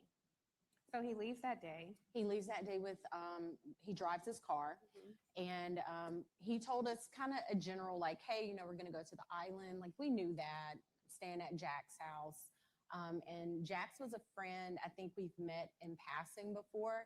And that's the thing, you know, I always say there's a difference in meeting someone, knowing of someone, and then knowing someone. Knowing implies that we've sat down, we've had discussions about your hopes, your dreams, you know, knowing you, okay, hey, he stayed the night at my house, which Wyatt, one of his friends, he had stayed at our house a couple of times. And then Jack's, again, that was one I just maybe saw in passing a few times. There was only a handful of young men that we actually knew, like, he grew up with. And when I say grew up, I'm saying from like first grade, they've known each other all through high school now that they're graduated. And that would be like Jalen and Javon, LeBaron. Those are kids that we knew. So it's been hard seeing all this kind of play out. Yeah. And, you know, these are people that he considered friends. Yes. Dad, I want to ask you, because it was Warren Hudson, one of the people that he traveled with, who called to alert you all that Nolan was missing. Yes. So we know at 5:44, the boat returns, Nolan is not there. At 11 p.m., he calls to say Nolan is missing. I wonder if either of you, whoever wants to answer, what happened in those few hours that prompted Warren to be concerned? I'm not quite sure what would prompt him to be concerned, but all I can say is what I did that day. So me and my sister, we made an order of pancit, which is a Filipino noodle dish for one of our friends. They were having a big family get together, and we really didn't have anything planned for the 4th. So me and my So they made a Filipino dish. Okay. Never heard of that dish before. my sister are, you know, cleaning up, and this is about 8. And she's like, hey, you know, no one hasn't texted us. Like, and that was the thing. No one was really big with communication with us, right? And so I call him, doesn't answer. I end the call. call back, and this is probably, I think, maybe around 8. Don't quote me on the times, guys. So then I call No, this is actually an event held this morning. All right. again later around 8, still no answer. And then I want to say I called one more time, and I think that was at like 10:48. So I'm in the kitchen, my phone rings. Now this is probably like early 11 o'clock, somewhere around there. Phone rings when I make it back to the phone, and I'm like, whose number is this? Because, you know, we get weird phone calls sometimes. They didn't leave a message. Number pops back up. I pick up the phone because it says maybe Warren. And I'm like, Warren? So this is 11:07. That's per my cell phone records. So I answer the phone, and he's like, hey, Miss Christine, have you seen or talked to Nolan? I said, no. Why? He should be with you guys. And he said, oh. Are you guys taking notes on your white sheet of paper so you can compare different stories along the way, right? 11:07, that's when the call came in. I don't think we knew that exactly before today. Oh, no, well, you know, when we went to the island, there was a girl named Katie that he met, and he had decided to stay behind. And I said, what? Because we know our child. And Nolan isn't one to be like, oh, well, I'm just going to throw caution to the wind, and I'm going to stay here. All right, here's a key point. Sorry to bother you guys, but this is a very important point from last night. So at 11:07, Warren tells the mother about Katie. But in that police report that I went over last night that was taken immediately too, they don't mention Katie. They mention another girl. I won't give you her name because she's not heavy in the media. But that girl proceeded to say, hey, I was at Petty Boy Island. I wasn't even at Horn Island. I haven't even seen Nolan in a whole year. Okay, over a year. So you see how we have this immediately a discrepancy here. The mother has told Katie, but Katie doesn't go into the police report. She's not, that would have been a key ingredient to the police report. Here with this girl that I just met. So I'm on the phone with him. Now I'm in a panic. I'm running into my room. Elmore was in bed watching a different movie, and I'm like frantic. He's like, what's going on? I'm like, Nolan is missing. I'm trying to pull up the GPS as I'm talking to him. And at some point, he tells me that. Okay, so you guys can't hear them at all? Put a 1 in the chat if you can hear, because if we can't hear at all, I'll try to find a different stream perhaps of this. So let me just see. If you can hear this audio, put a 1 in the chat. If you can't hear it, put a 2. Let's get to the bottom of this. Okay, so some people can hear it, but okay, so for the most part, everybody can hear it. It's just low, right? I can't get the volume up. Give me 1 quick second, guys. I want to see something real quick. I want to see if I can do you guys a solid. Let's see here. Let's see if we can find, let's see.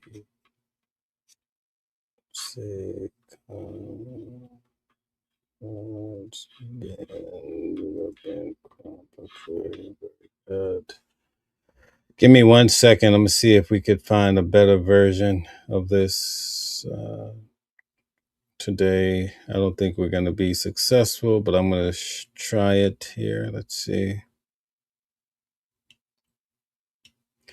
I'll let this play in the meanwhile. Let's see.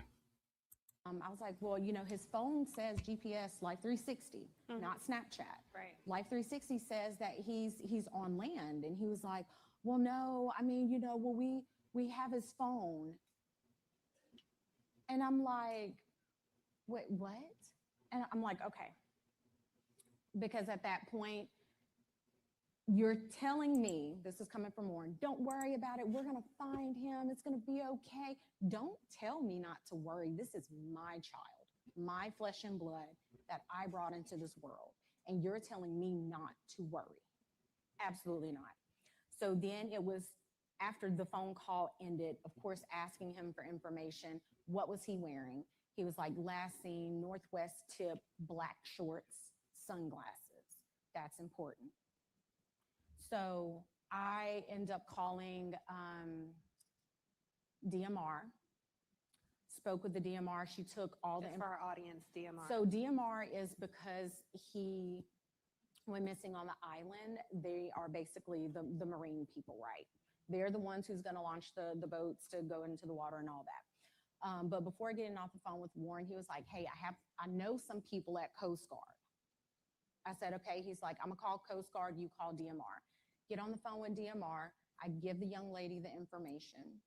And she tells me, hey, you know, I got this. Let me call you back. Because she was like, I'm not sure if this is going to be in our jurisdiction, essentially. So then she calls back and she tells me, okay, yeah, you know, we spoke with Coast Guard. And I'm like, okay, but they're like, this isn't our jurisdiction. You have to contact the city of Ocean Springs. I said, okay, hang up the phone. Call in Ocean Springs Police Department. They say, hey, you have to physically come down and give a report.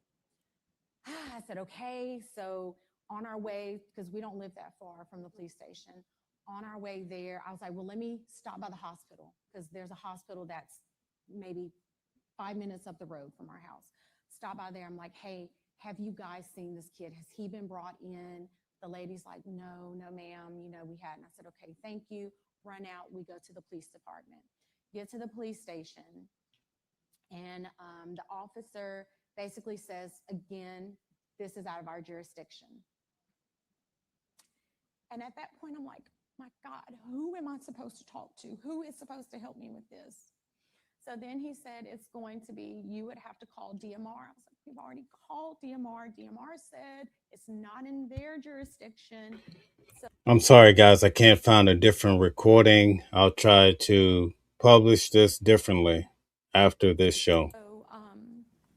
We end up, I think at some point I had called Jackson County Sheriff's Office. Yeah. So she calls back and she's like, hey, are you there? I say, yes, we're here, but he's telling us the same thing you guys told us, which is no, we can't take it. She gets on the phone with the police officer. Now this is Jackson County Sheriff's Department speaking with the Ocean Springs Police Department. Ocean Springs Police Department is saying, this is why we can't take this information.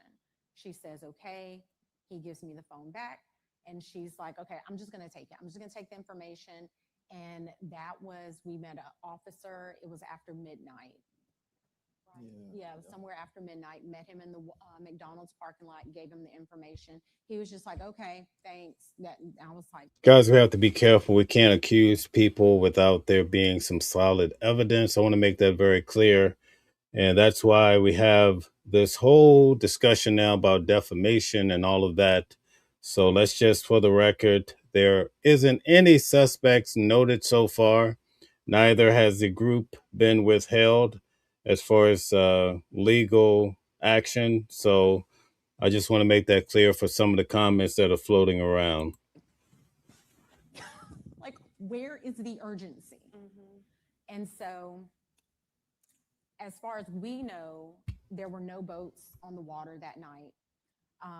We actually, his high school football coach, Coach Bramlett, texted Elmore that morning. He said, hey, man, I got a boat. Because, again, we don't have boats. Let me make that very clear. We do not have a boat. We're not boating people. We don't do water like that, okay? So Coach Bramlett's like, hey, I got a boat. So we was like, great, let's go. We're on the water. We go out there. We walk the island. Cell phone works perfectly fine. I actually had almost an entire conversation with my grandmother who was in a panic as we're walking this island looking for anything. So let's note that from last night. Okay. We went through the police report that talks about how they were actually seen out there, the parents on their boat. But she says that on the island, there was cell service. Okay. Now, Warren said that he had one bar. He said you could make calls from the island, but you couldn't download. You had to wait. I want to make this clear. If Nolan refused to get on the boat with Warren and company, right, why wouldn't he have taken his phone, especially from a boat that's allegedly sinking and taking on water? Wouldn't you take your phone at that point? Okay, now, when it came to the whole, he had his phone on the boat that day, it makes sense because they're in the water, they're hanging out. We've gone through the photos, so it makes sense you put your phone on the boat. But the big question, the dominant question is, at the end of the day, what person wouldn't take their phone that's going to be on an island? Maybe you need to call. Maybe he pays for things, and as he's on his way back home, he wants to go buy a Coke or whatever, or a Pepsi. And so he needs his phone in order to, pay for things, right? It just doesn't make sense when it comes to that part. I just want to pause there. The cell phone worked fine because in the reporting, there's been so much reporting that there's poor cell phone reception. And this is some of the disputes that we have about that night. Dad, feel free to jump in here because they're saying he met this young lady, Katie, and that he stayed back. According to the reporting, Katie is saying no. He said he was Lunatic, I always look forward to having you here for the show. It means a lot. Thank you. going to go with his friends. According to the reporting, the friends say, no, he left us his phone because there was no reception. Dad, have you found any consistencies? Have you spoken directly with any of his friends? Well, the first inconsistency was you called me and tell me my son stayed on the island to talk to a girl. My son would never do that. That's not in his character. I didn't raise none of my kids to do that. The second thing is you say he doesn't have his phone. He doesn't leave his phone. I will wake up sometimes in the morning and Nolan will have his phone here right in my face. And I'm waking up cussing and fussing like, boy, you don't get the camera on my face.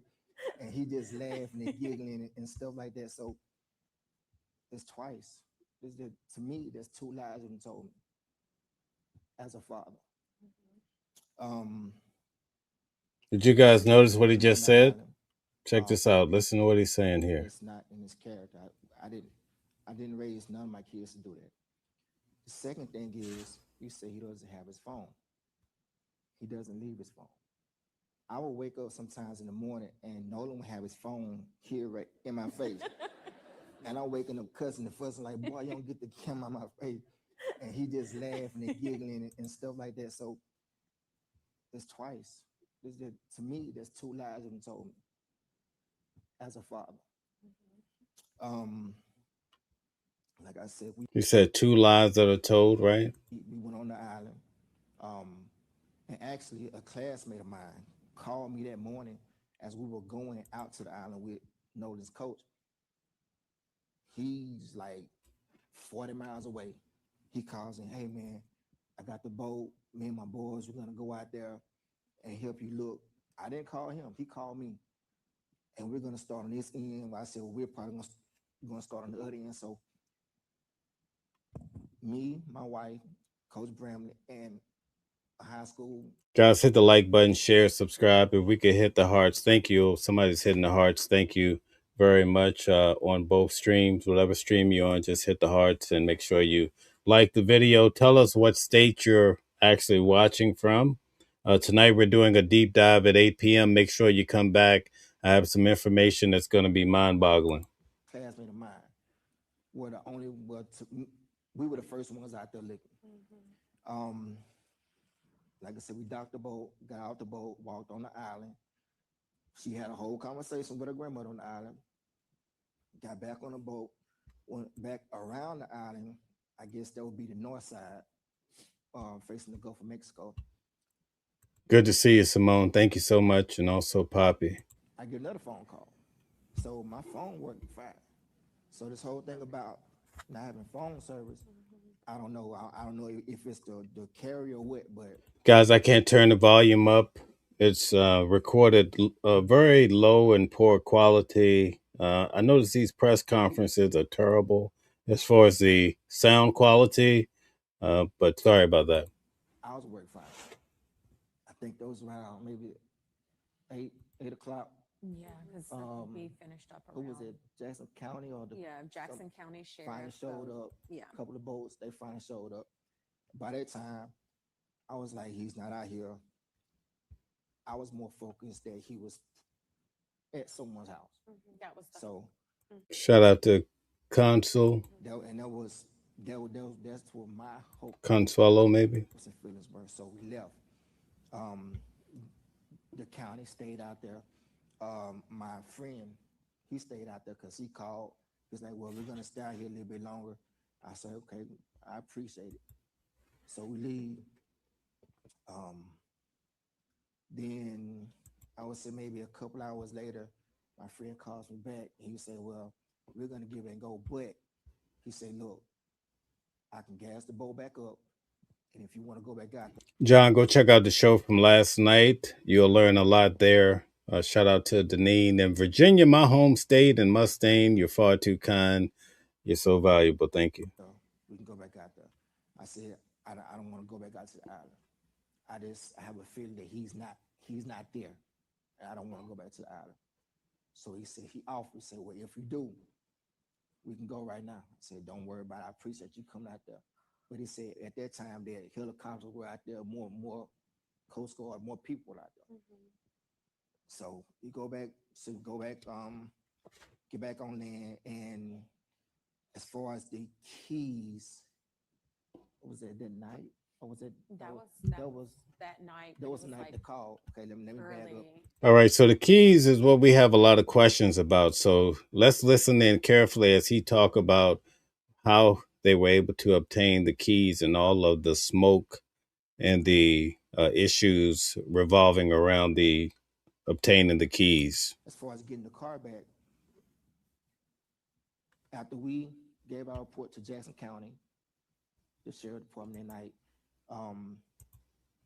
we were trying to figure out who to get a report to. We had a friend in the family that located his phone. We wasn't there to get the phone, but apparently there was some kind of friction with getting his phone. Yeah. We don't And know what the friction so was. the phone and the key were at the same location, which was Jack's house. Okay. And again, all of these kids share their locations on Snapchat. And so she was like, hey, I can go pick his phone up, not thinking that his car is there, which she stopped everything she was doing. Her and the boys, they went out. Like, we were all out searching for him that night. And yeah, like Elmore was saying, there was an issue, some type of friction. The cops ended up coming and they left. And so then kind of the same thing when we came to pick up the key, Elmore went up there asking for the key. Shout out to Numbers from South Africa. That's amazing. I just came back from Africa. Thank you. Didn't know where the key was, and all of a sudden we know where the key is. But see, hold on. But see, this is another thing that bothered me too. When we got to the house, it was some of his other friends were there, and they were, beating on the door like, what Nolan there, beating on the door trying to get in the house. So I walk up to the door and I'm calming them down because for one, okay, you're loud. Two, you're in these people's house. So if you tear these people's house up, that's gonna be a whole nother issue. I don't want y'all bothering it. And three, I need you guys to calm down. I need them to kind of trust me as being an adult so I can get something out of it. Okay, guys, I'm turning down my volume a little bit. Hopefully that helps. Thank you, Hand Pay Hustler, for the feedback. So I get them out the house, and then Jax finally comes down the stairs, I guess in the room. Hair all messed up like he just woke up, whatever. I said, look, I'm Nolan's father. His car's outside. I need to get his car and all his personal effects that may be left over.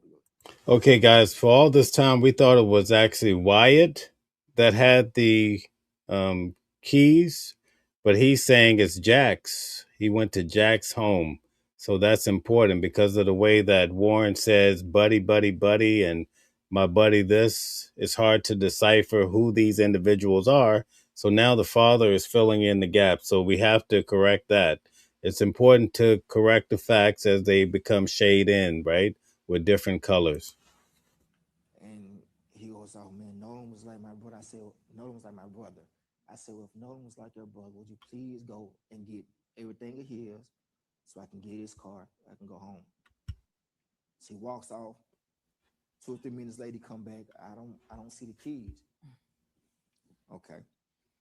So I leave out the house, go back outside, stand by the car. During that time, one of the guys that was in the house, one of the other friends, he was on the phone with a girl who was apparently there with them earlier that day. And she was telling him that his keys was on top of the Xbox in his room. So he goes back up to the door by himself, and we're still out by the car. And Let's listen to that a little bit more. Let's go back. go back outside, stand by the car. During that time, one of the guys that was in the house, one of the other friends, he was on the phone with a girl who was apparently there with them earlier that day. And she was telling him that his keys was on top of the Xbox in his room. So he goes back up to the door by himself, and we're still out by the car. And So it was a girl on the phone that actually told Jax where Nolan keys were on top of the, I guess, the game player. lo and behold, here comes the keys. So now to me, you lied to me 3 times. I don't. He said they lied to him 3 times. That's 3 lies so far. What's happening here? Okay, so now we have to add this into the equation. Add this to your white sheet of paper, right? Did you take out your white sheet of paper? Believe nothing that you tell me from here on out. And this is Jax. This is Jax. And eventually he does give you the keys. Yeah, eventually give. But me there the was keys. friction getting the keys. Yes. So for one, you tell me my son is on left still on the island with a girl. 2, you have his phone. And 3, you don't give me the keys when I ask. I don't know any father who would believe just if one of my friends did that. Okay, so Purple Groovy makes a great point. I tell you, we love Purple Groovy. Purple Groovy says the friend was already referring to Nolan in the past tense. What's happening here? I'm gonna be cordial with you, but I'm gonna watch you.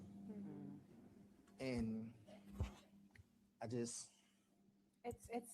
Ben, I want to ask you, because I'm hearing these 2 parents who essentially had to become search and rescue or law enforcement, looking for their own child with such a lack of urgency on behalf of law enforcement. So, guys, I'm opening up this for the watchers. If you're interested in becoming a Watching the World investigator, send me an email and I'll tell you what this is all about in regards to these cases.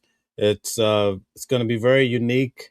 And if you would like to become a part of this, I think you'll enjoy the research as we go through various cases and find out so much information and keep everything organized. Only respond if you're really serious about it, and I'll explain to you via email. Obviously, we're talking to Black journalists. We can't ignore the ugly racial history of Mississippi. I looked into the demographics of the Jackson County Sheriff. I'm also looking for courtroom reporters. You'll go to court each day in your vicinity. Sometimes you may have to travel. But if you're interested in that, send me an email. Let me know. I'll definitely explain to you how this could work. Thank you. Sheriff Department is quite asymmetrical, but also just the general attitude and the lack of value when it comes to Black life. Does this sound like a normal process for when an 18-year-old goes missing to you? What holes have you seen in your looking into this case? Tiffany, that was the question that. Oh, one last thing. If you happen to be a pathologist, an attorney, paralegal, medical examiner, coroner, if you are a doctor, if you hold any position that's great for helping individuals understand cases at a higher level, please reach out to me. I would like to speak with you, perhaps to have you on the show, especially psychologists. So many different fields that we want to be able to bring more information to people. Christine and Elmore had when they first called us, they wanted the truth. Especially a civil rights attorney. If you're a civil rights attorney, I want to talk to you. Of what happened to their 18-year-old son, Nolan Wells. And they had concerns whether they were going to get a fair and impartial investigation. And from that day to this one, it has been the same objective, to have truth, transparency, and find out what happened to Nolan. They said, we want a thorough investigation, because when they found Nolan, they expressed to me that the sheriff had already said no foul play. And they was like, no, my son, he knows how to swim. Our son is a college athlete. Our son is in great shape. We don't believe that he just drowned and nobody knows nothing. Nobody saw nothing. I mean, there are about 300, 400 people on the island. And so that's what they were saying. We want to know what happened. We want truth. We want transparency. We don't want his death to be swept under the rug. Well, just so to make sure the audience and the people watching at home know, so they did declare very quickly, as you're noting, that he drowned when his body was recovered on July 6th. Mom and dad and you all know that he is a student athlete, able to swim. On July 4th on Horn Island, it was very crowded. Certainly the suggestion is someone would have seen a child in distress. Thank you, Nikki. There is going to be the convening of a grand jury. Now, the DA of this area, Angel Myers McElrath, is a very out loud, proud Republican. If there is a U.S. attorney appointed to this case, it will likely be a Trump appointee. I'm just curious, Ben, from you and Rev, I think we have to be very candid here. What concerns do you have about the racial animus that we are seeing so much of play in this case? Well, you or Rev, whoever. All I'll say, and then defer to Rev, you want to believe that this is a child, that everybody is going to do their level best to find out what happened so these brokenhearted parents will know what happened to their child. In time, we've seen Christine and the family be attacked just for asking questions. What happened to my child?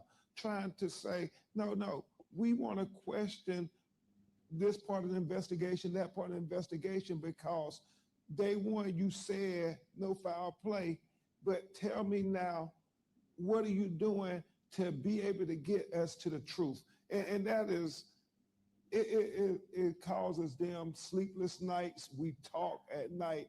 And so trust, but verify. We are trying to cooperate everything we can do to say, hey, we want to help, but we want you to give them a thorough investigation. We want you to do for him what you would do for your child. Rev, I'm going to come to you in a sec, but you brought up something, Ben, about attacks. And certainly as journalists, we have a keen eye, and I have noticed that the narrative around this story has shifted to the threats that are going to the young men who was with Nolan. They've hired attorneys who previously represented Donald Trump in cases. They've gone on very MAGA-friendly podcasts. And I just want to make sure that we keep the main thing, the narrative to the victim, to the actual child who died. And I'm curious, Christine, if you can weigh in on what threats have you and your family experienced? So there have been a big smear campaign, just not only professionally, but personally for me. Notice she said what threats, and then I believe it's Ben Crump that said attacks. Okay, that's interesting. And they attacked your nursing license. Yes, so it started out with 1-star reviews of people saying they saw me. My office verified that these were incorrect. And then it went so much as to someone contacted the Board of Nursing, and then that opened the investigation for the professional misconduct. There was no evidence presented for that claim. And the investigator I spoke with, he said, we have to do our due diligence. I said, I understand it. I respect it. He was like, I'm sorry it's coming at this time. I was like, no, I get it. Do what you have to do, because I know who I am. I know what kind of care I give to my patients. I know the relationship that we have. And I'm grateful that my patients, a lot of them are still trusting and loving in the care that they know they're going to get with me. And so these attacks are not going to, it's not going to break me. I have to find out.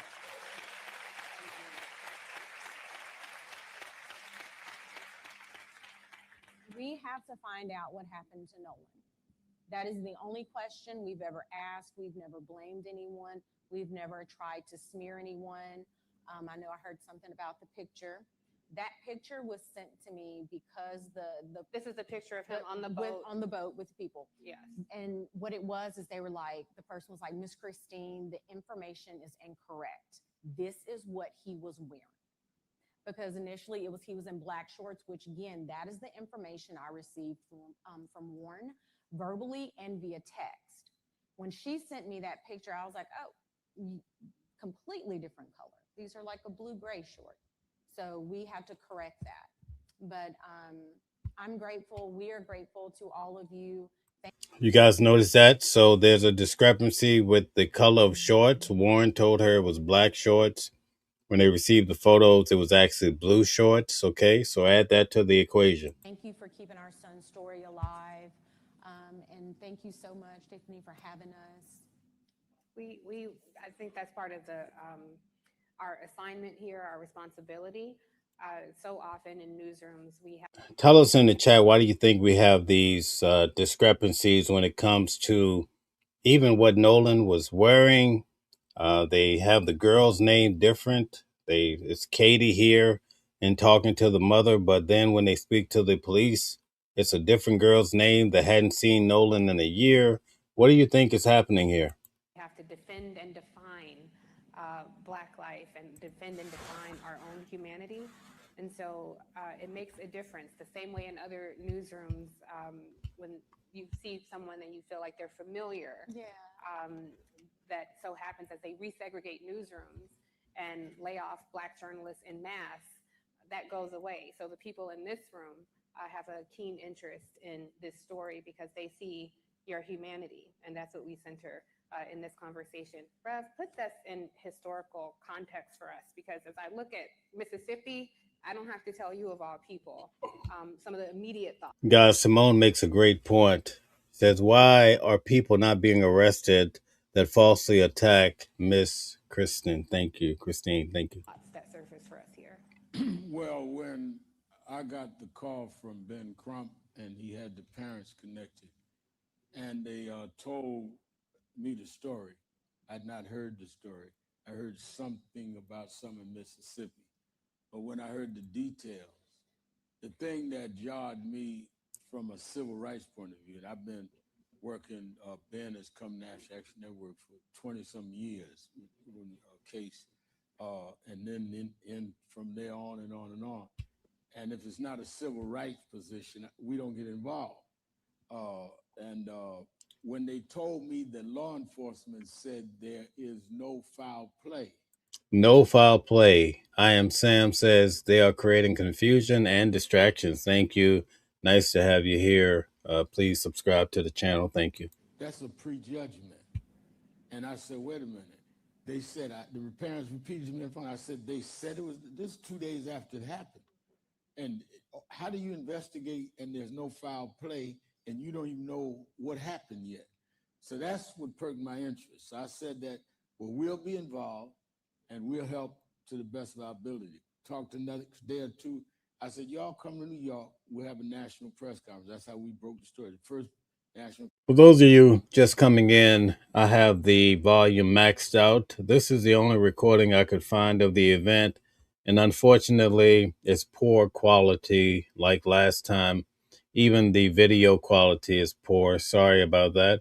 But thank you guys. It's good to see Gold Digger and Jeff in the building. The press conference they did at our headquarters, National Action Network. And then all of a sudden, it was all of this attack for getting involved. And so, and they asked me to do the eulogy. I said, we'll take care of the funeral. Tyler Perry called me and said, no, I'll take care of it. So the thing that bothered me, one, it was prejudgment. Second, the parents of the guys that were with him started talking about they was going to sue us for getting involved. And sue, I don't even know the kid's name. So you can't say I defame your son. I don't know your son's name. But I will say this on this stage. I want them to sue me first. Guys, I just want to point this out really quick. We're living in a different day and time because I believe from the GoFundMe, the family has been able to raise over $800,000. Also, Tyler Perry paid for the funeral. And then you had Kaepernick pay for the independent autopsy. So we're starting to see in these cases, whenever there's some sort of nightmare happening, someone loses their life, people are starting to chip in with money from all over the world. And I tell you why. No, I'll tell you why. And National Action Network, you serve the papers, because I want to depose your son. If you sue, the plaintiffs are deposed. So rather than us depend on a Mississippi DA who already had people saying it was no foul, let's go to civil court, any kind of court you want to go to, because you can't make this make sense. And direct to your point, Tiffany, as I said in the eulogy. Thank you, Kathleen. That I did. I don't know what happened. The parents never said they knew what happened. They never said it was racial. I don't know it was racist, but they don't know it wasn't racist. You don't know what happened. So why are you prejudging it unless something is there you don't want out? Second thing is, and I said this to Elma and Kristen, I had hurt my knee. I had torn my meniscus. And when I tore it, I told Ben the truth. I did it working out one morning, but I told them I got it because I was on my knees praying too much. But anyway. Guys, hit the like button, share, subscribe. Please hit the hearts. Thank you very much for all the support. Also, turn on your notifications so you can see when we go live, because lately YouTube have not been putting out the notifications. So I would encourage you to go back, hit your notification button, start all over, reset it so you make sure that tonight when we go live, you'll be the first to know. When they took me to say they may have to do surgery, the first thing they said is, well, we got to get your medical history from your primary doctor. I said, okay. So I said in the eulogy that I don't know what happened, but I got your history in Mississippi. And the history tells me black boy go out with 3 white kids come back. There's a blurred story on what happened. Now y'all all hostile and all upset. Didn't have the keys, but then you had the keys. Some about this don't make sense given your history. And I'm going to stay on this until we find out what happened. It may be nothing, but we're not going to leave that up to chance with people that are distorted. We going to stay on this case. And lastly, since they want to talk about lawsuits, one of the things tying your morning together, Tiffany, they may come back, as you suggested, playing right-wing politics with this, with the local prosecutor, maybe even with the federal people.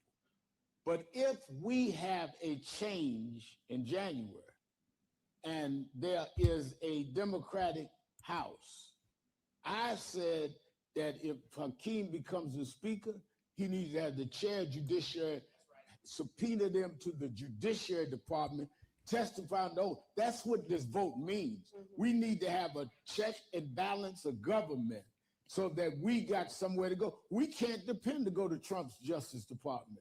So we need to really mobilize so people like these 2 parents can protect their children. Yeah, absolutely.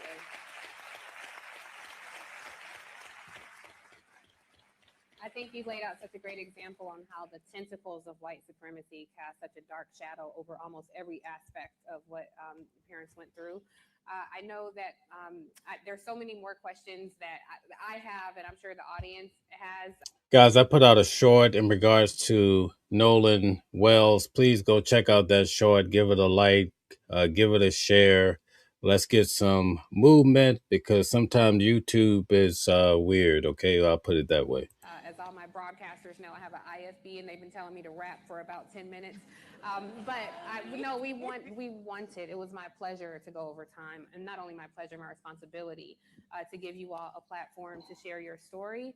I think it's so important, and I think this is the responsibility that the Black journalists in this room take very seriously and will carry with them back to their newsrooms, where they may be the only or back to their platforms where they are building reach or have a wide reach. So I thank you all for sharing your time and being so open. There will be a press conference. There was an autopsy, a second autopsy that Ben Crump initiated that I believe Colin Kaepernick helped to fund. There were questions around that. And so please, I encourage credentialed media to please go to the press conference, and the access for credentialed media will be on the NABJ app for more information. All right, so enough of that. It had very poor quality when it comes to the recording. We get it. Not so happy about it, but it is what it is. So basically, I want to just take a few moments before we skedaddle, as they would say, and see if I could pull up something here for you in regards to the Nolan Wells. It's something impromptu I hadn't planned on showing, but if I can find it really quick, I'll show it to you. Let's see what we can find here. And it looks like I may not be able to. Let's see. I think we can find it this way. Okay. All right. Here we go. Let's see. Witness. Okay. Maybe not. All right. So I wanted to show you something. Give me one more second. I'm going to see if I could find this. If not, Nolan Wells. Give me 1 second here. Again, guys, hit the like button, share, subscribe. Every little like helps tremendously. Here we go. I found it. I want you guys to pay attention to this. Okay, I want you to pay attention to this right here. But before we do that, let me pull this up first. Thank you, Brandy. Here. Okay, here we go. So before we do that, I want you guys to understand this concept really quick in regards to Nolan Wells.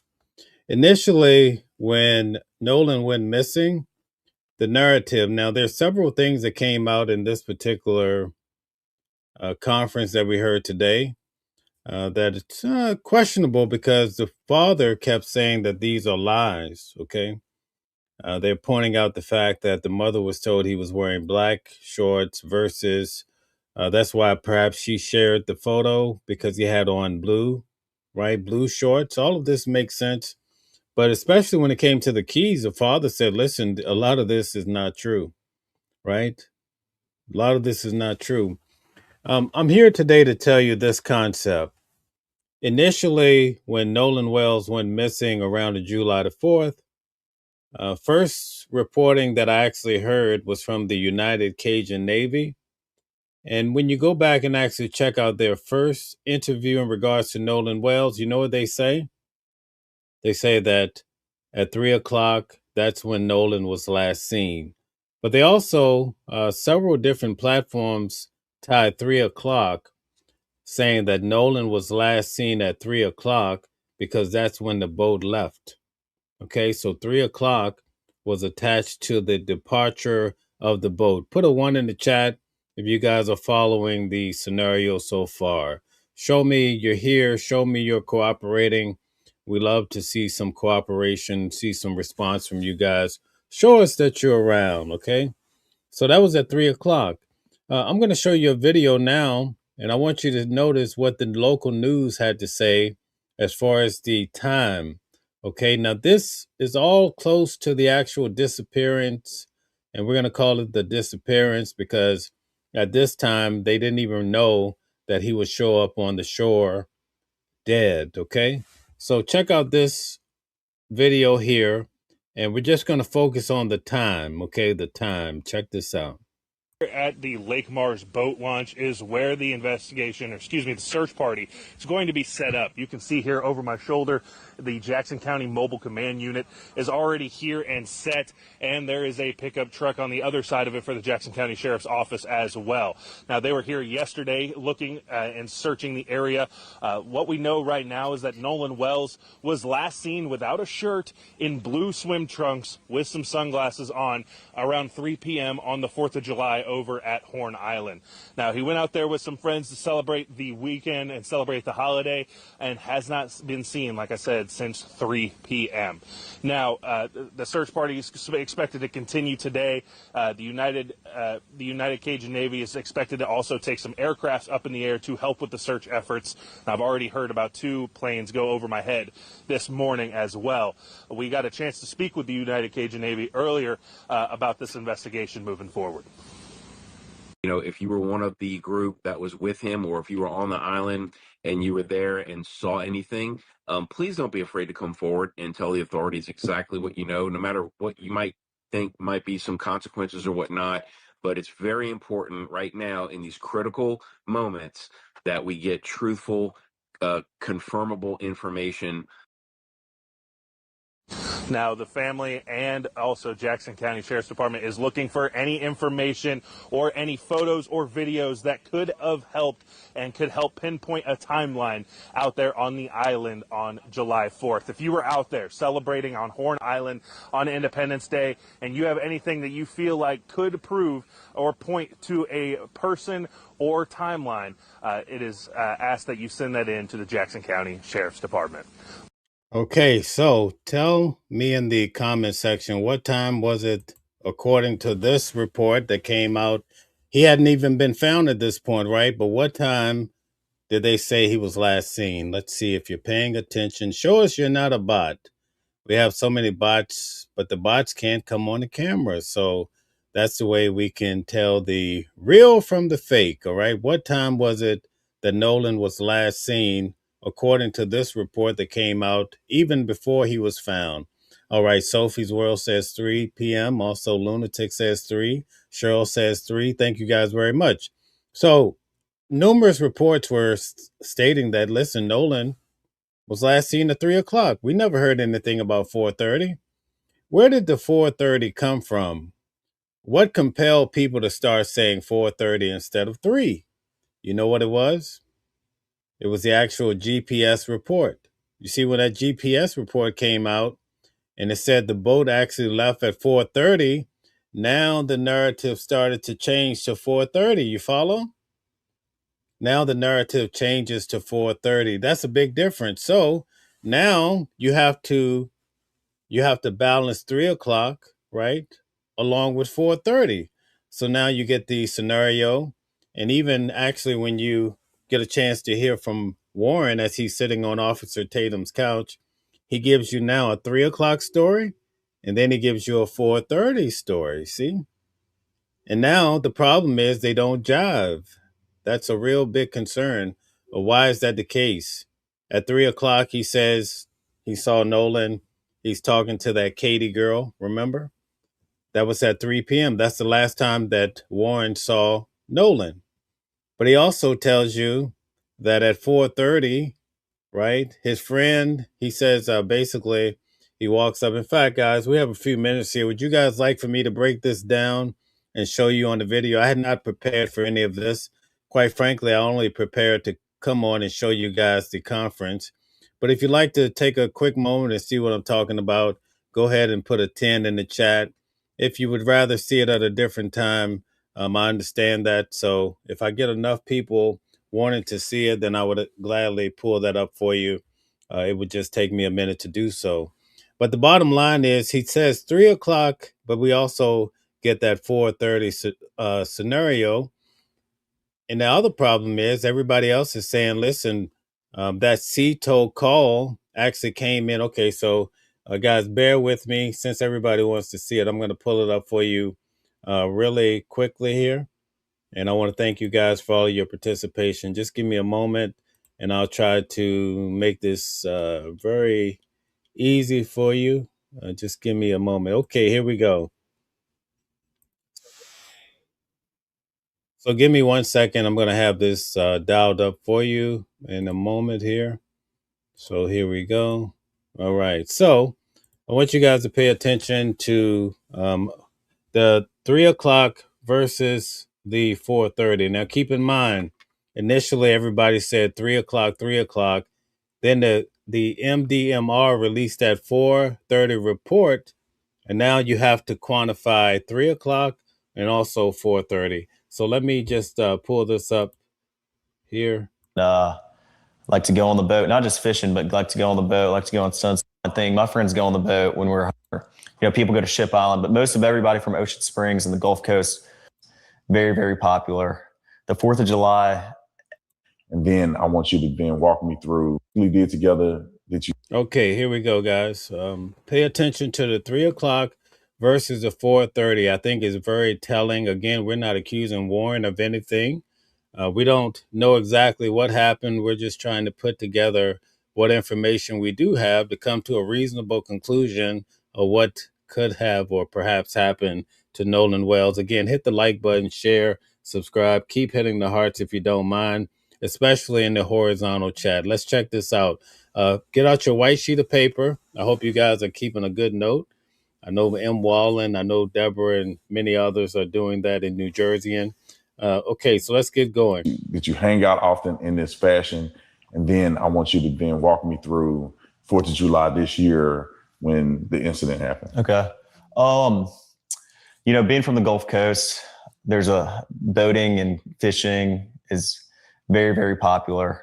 The 4th of July, every year, my friends and I or my family and I are out on the water. I mean, that's the one day is guaranteed everybody's going out. And that's a known thing. Everybody's trying to get a ride out to Horn Island or, people go to Ship Island, but most of everybody from Ocean Springs and the Gulf Coast go to Horn Island. And, we went last year. Nolan was on the boat with me last year. And he was, this was a common thing. My friends go on the boat when we're home. You know what, guys? I'm sorry. Give me 1 second.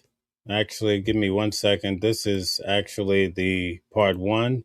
I need to pull up a different part here. Just give me 1 second and I'll have this up actually. Let's see if we can find part 3. Give me 1 second here. Here we go. All right. So I want to be clear with this one thing. You're on the boat now. The water is getting up to the point where the boat may be disabled to where you couldn't get it out. Correct. From Horn. The boat may be disabled to where you couldn't get it out. Correct. From Horn. Correct. Horn Island. So what happens after that? Wyatt jumps to the water, tries to throw a rear anchor, and my buddy Meyer, you're sitting looking, trying to pull trash out the bilge. And you hear that? You guys see how they edited right here? I showed you. We're going to do a show on edits alone. Now, I would assume that Officer Tatum is doing the edits, right? But notice right here. Check this out. Notice this edit. You're sitting looking, trying to pull trash out the bilge. And the bilge is basically a pump that pulls the water, the excess water out the boat. So the bilge was failing to work. So any excess water was just sitting in the boat. It wasn't getting pumped out. And I looked over the gunnel and I looked at the release hole for the bilge and it was even with the water. So, we're all freaking out. All of our, we're not focused on anything else other than the boat. Well, then eventually my buddy Bart on the tide line is like, I'm going to pull y'all out to where we're out of all this, all this chaos. Cause we left at 4:30 and there was still. All right. So they left at 4:30. You note that? So now we get 4:30 in the mix. Okay. So they leave at 4:30. Just as many people there, if not more than when we got there.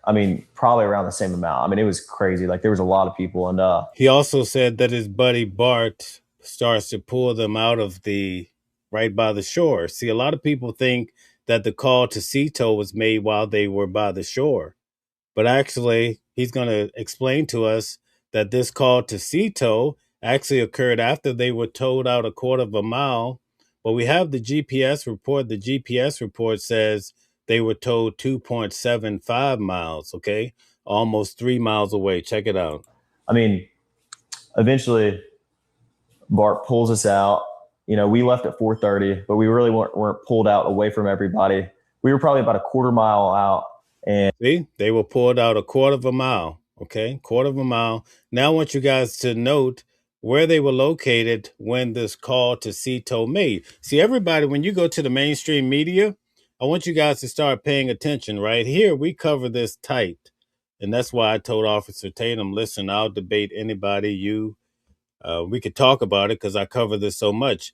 But they keep saying that the call to sea tow happened right by the shore. But what did Warren just say? He says they were towed out a quarter of a mile out because there's so much chaos, right? That's the reason why they were towed out, right? But now notice what he says about when the call was made. And we had the towing strap pulled from, Bart's port side cleat or starboard side cleat, and he was on our starboard side bow. And so it was rubbing on his power pole. So Bart turned around, pulled up next to our boat, and we were just trying to get it situated. So that's when Wyatt called sea tow. See, that's when Wyatt called sea tow. Do you guys hear that? Are you with me? If you're with me, put a 1 in the chat. All right, put a 1 in the chat. That's when Wyatt called sea tow, after they were already a quarter of a mile out at sea. But again, the GPS said they were 2.75 miles. So that call was not made by the shore. Well, what does that tell us? That tells us that if Nolan stayed on the island, there's no way when we get to this audio, because remember the audio happens, it's picked up as they're calling sea tow. So he just says, hey, Wyatt calls sea tow after they're towed out. In the background, what do you hear? People are saying, Nolan, Nolan. Why are you hearing Nolan if the boat is out a quarter of a mile? Why are you hearing Nolan if, according to the GPS, they're out 2.75 miles? You follow what I'm saying?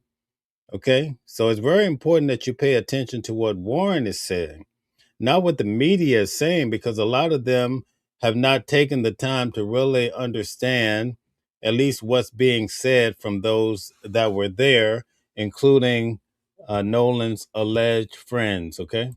And Wyatt was like, calls them, because the cell service isn't great at the island, but once you can use your phone, but stuff might not just send. And it's not great. You got maybe one bar, it won't work that well. Okay. Remember, we just heard from the mother. The mother talked about the cell service. She said it was pretty decent, right? Check it out. So it's similar, not accurate, not totally together, but similar. But once you get a little off the island, you have cell coverage. And even on the island, like I called my mom when we were on the island, it was fine. Like we had enough cell coverage to make a phone call or shoot a text over, but you don't have enough cell coverage to like send a picture, for example. So what?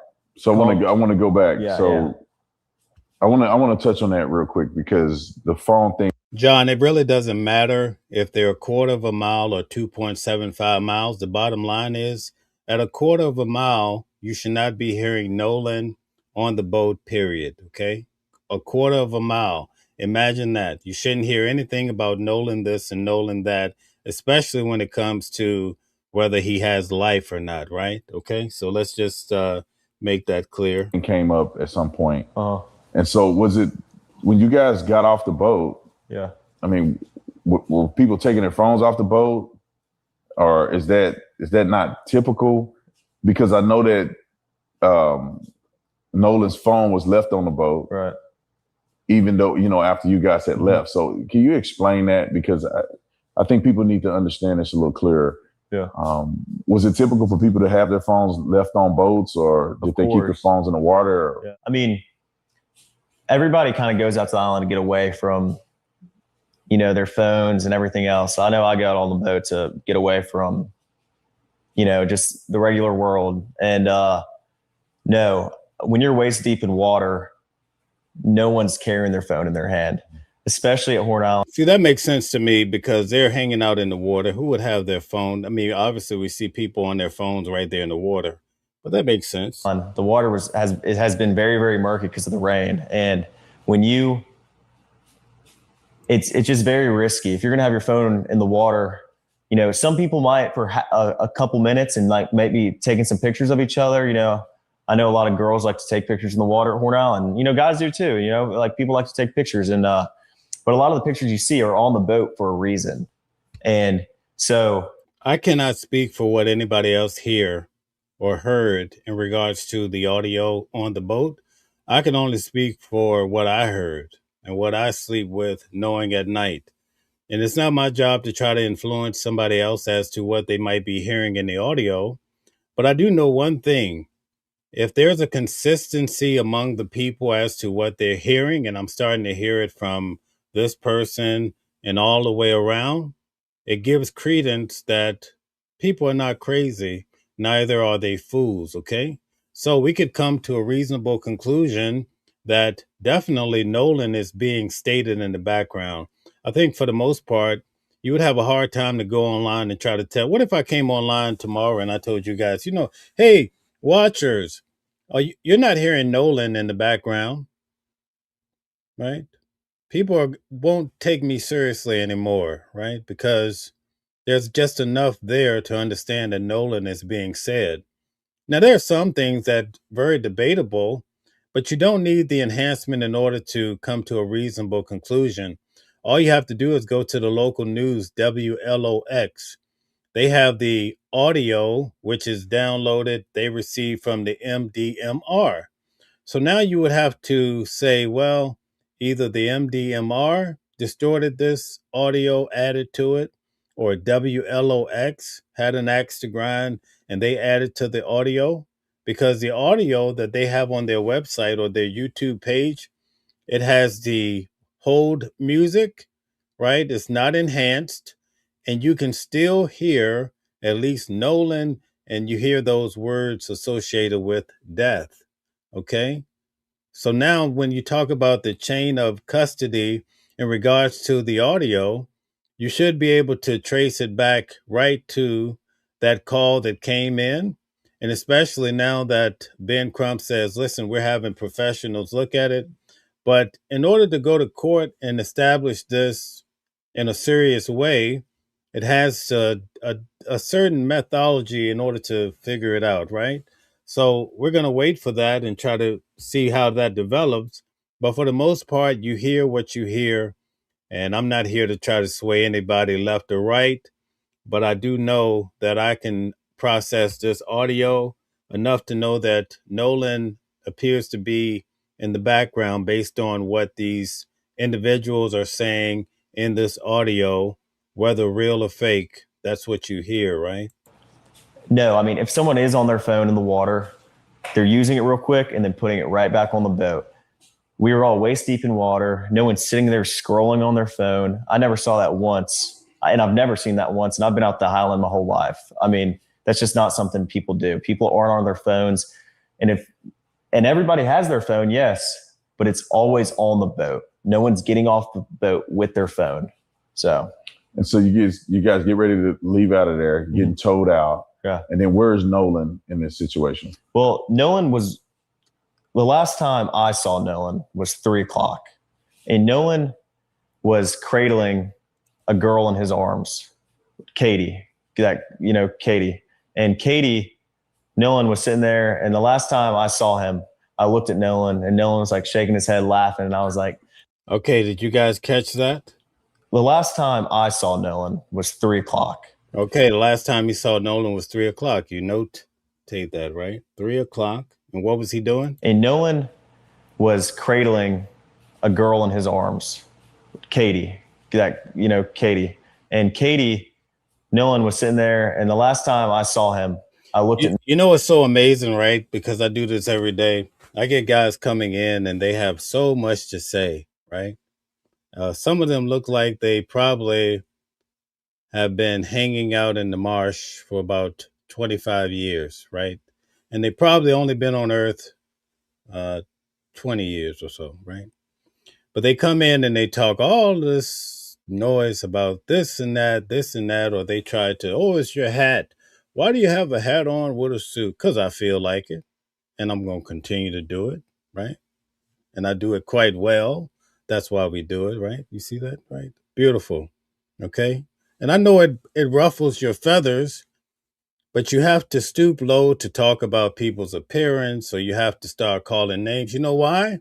Because my argument is A grade to the top. I'm showing you the hard facts of what people are actually saying that were involved. I'm showing you the police report. And because you don't have an argument, you have to stoop low. You have to vibrate at the lowest level, right? Have to vibrate so low. And guess what? We still give you recognition And we hope that you can dry yourself up, take a good bath, eat a good meal, brush your hair, right? Stand up straight, get your act together, stop harassing folks, stop coming into somebody else's chat that did not stop and tap you on the shoulder and say, hey, come check out Watching the World. But you chose to come in. And the first thing you do, instead of what your parents probably taught you, hopefully, is to bless the house and say, hello, good folks, how you guys doing? You come in calling names just like a person that's ill-mannered with no good home training. Who raised you? Could you at least, if you don't have the decency about yourself to care enough to handle yourself appropriately, why don't you represent your family, represent your mom and dad in a great way, at least disguise the fact that you have become so degraded in your thinking, right? So much that you have to go around harassing other people who didn't even tell you to come in, right?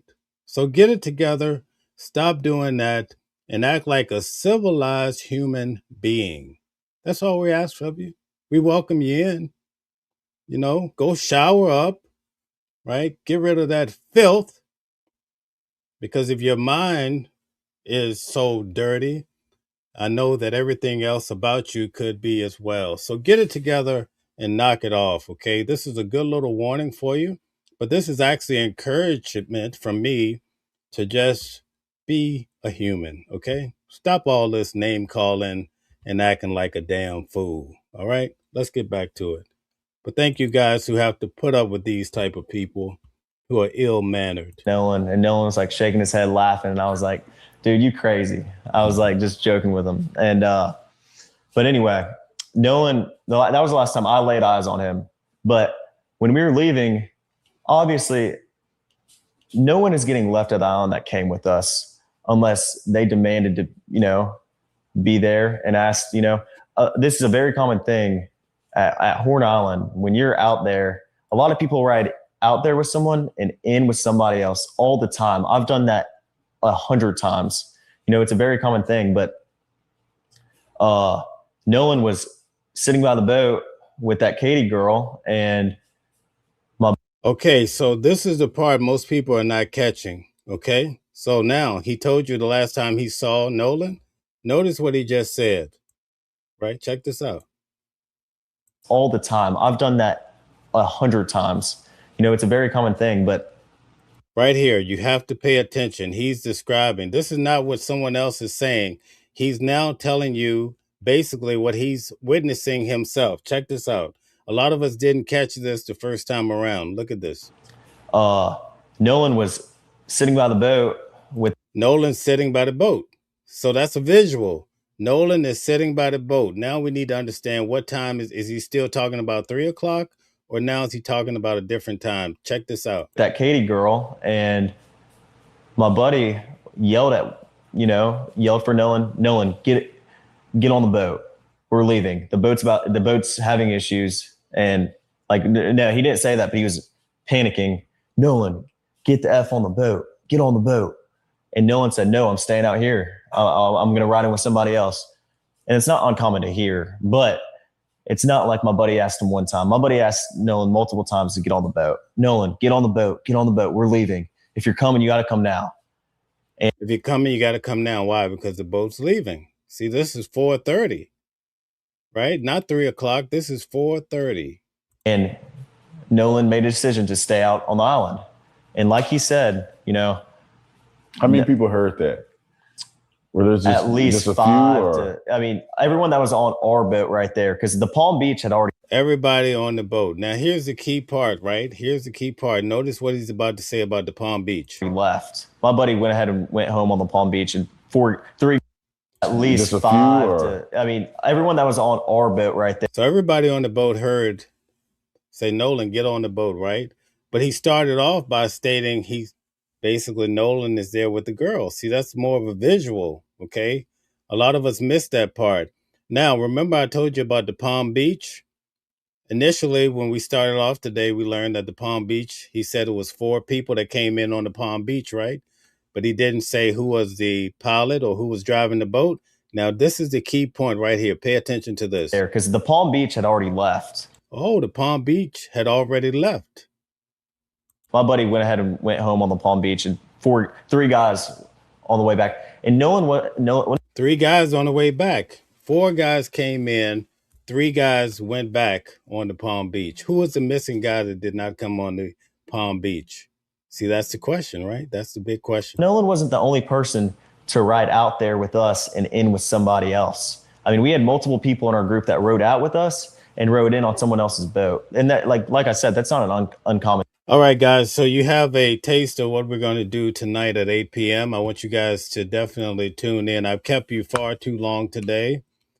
Sorry, I had to give a pep talk, but we get too many trolls. We have so many amazing people who are just enjoying themselves. A lot of times people probably are not paying attention to what I'm saying. They like the vibe here, but they're talking in the chat, enjoying each other.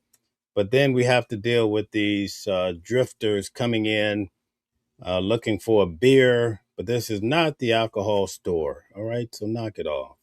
Get it together. Pull yourself together and act dignified, please. I give you the opportunity to come on the show and talk to me, and let's talk about this case. But yet, you'd rather just stay in the chat with your Twitter fingers, calling names to people who are not even into that type of lifestyle. So again, thank you guys very much for tuning in today. We covered a lot of territory when it comes to, I try not to block everybody. I'm not a big blocker. Okay. Sometimes people have a change of heart. Perhaps they realize that this is not the place they expected. So we try to give them some opportunity. Thank you so much for all of the amazing folks here at Watching the World. Again, we don't know what happened to Nolan Wells yet. We trust that the local authorities will definitely help us to understand what may have happened to Nolan. Please tune back in tonight at 8 p.m. as Mama Flips and I, we really break down this case at a high level. Thank you so much. I really do appreciate everyone who took the time to like the video, share it on your social media, right? Also, make sure you subscribe to the channel. Turn on your notifications because YouTube sometimes goes back and forth and doesn't always turn out to be as supportive as you would imagine. I'll keep it right there. And also, on your way out, tell us what state you're located in. We'll see you tonight at 8 p.m. Eastern Standard Time. We're going to really break down Nolan Wells and some of these key points. And make sure you bring your white sheet of paper and your pen, your pencil, so that we could tie this together. Because the key here is obtaining the big picture, right? Not trying to, we're not aiming at people. We're not trying to ruin anyone's life. We're simply trying to find out what may have happened to Nolan, because a lot of the stories that we're being told just don't add up. And I think we make it very clear here at Watching the World. If you didn't get a chance to check out the show from last night, it's very important that you go back and watch that before you tune in tonight, because I'm building layers of truth in regards to this case, right? Nolan is not here to speak for himself. I have no desire to speak with his legal team, right? My blessings go out to his family. But what we're doing here is talking about this case at a high level and really keeping everybody honest and keeping the truth at the forefront.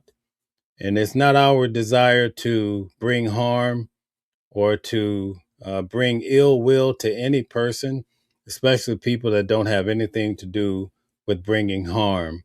My last point that I like to say, as of right now, the last time anyone has seen Nolan would be what you just heard from Warren at 4:30 p.m. when he was by the boat with that Katie girl. You heard what Warren said. Then also they heard Nolan's voice denying to get on the boat. That's at 4:30, okay? But at 4:48, that call went out to Cito. See, that telephone call was made. In the background, you can hear people saying the name of Nolan, and they're saying some concerning things that I told you how you can obtain the raw video. Forget about the enhanced video. But that would truly be the last time that we have a glimpse of Nolan's life, right? Of someone actually talking about him, reporting about him, okay? But after that, we do not have any occurrence of Nolan, and that's quite concerning, just to say the least.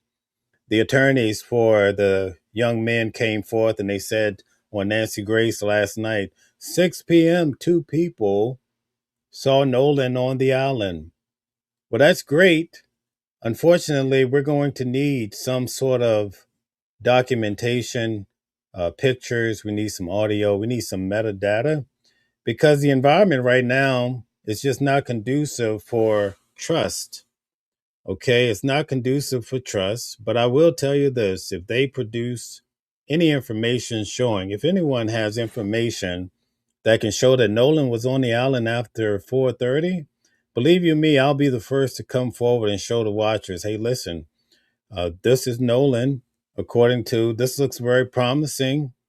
It shows that Nolan's on the island, so now we can scratch this audio. You see how that works? But right now, everything that has been put forth at 4:50, they show you a person wearing blue shorts. Turns out, nope, not Nolan. Okay. Some guy says that at 5 o'clock there was a fight on the island. Well, the girl came. This is in the United Cajun Navy report. And the lady says, oh, no, she kind of threw that out. So they walked away from that saying, well, we don't know if that was Nolan. We can't find Nolan. Where in the world is Nolan?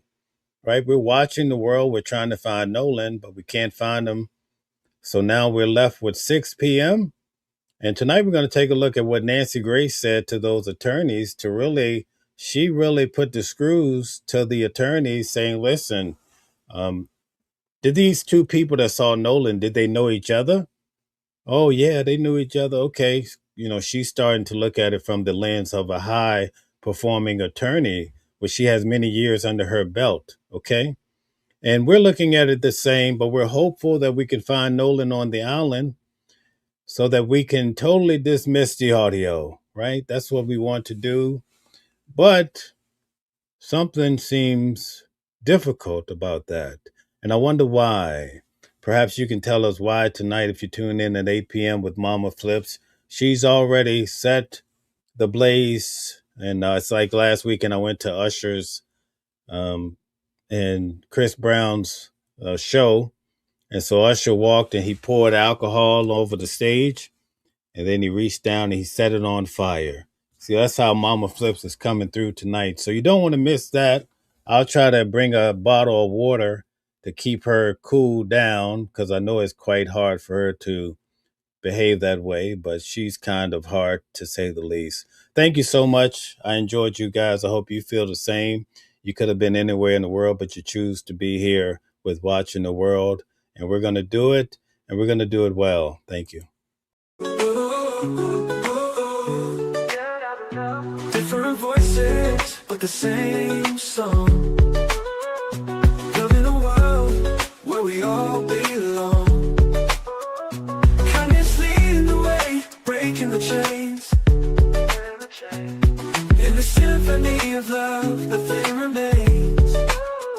Embracing diversity, brighter days in sight. Watching the world sharing love and light. Hearts beating as one in our peaceful flight. Colors of harmony, painting the night. United we stand in love's pure might.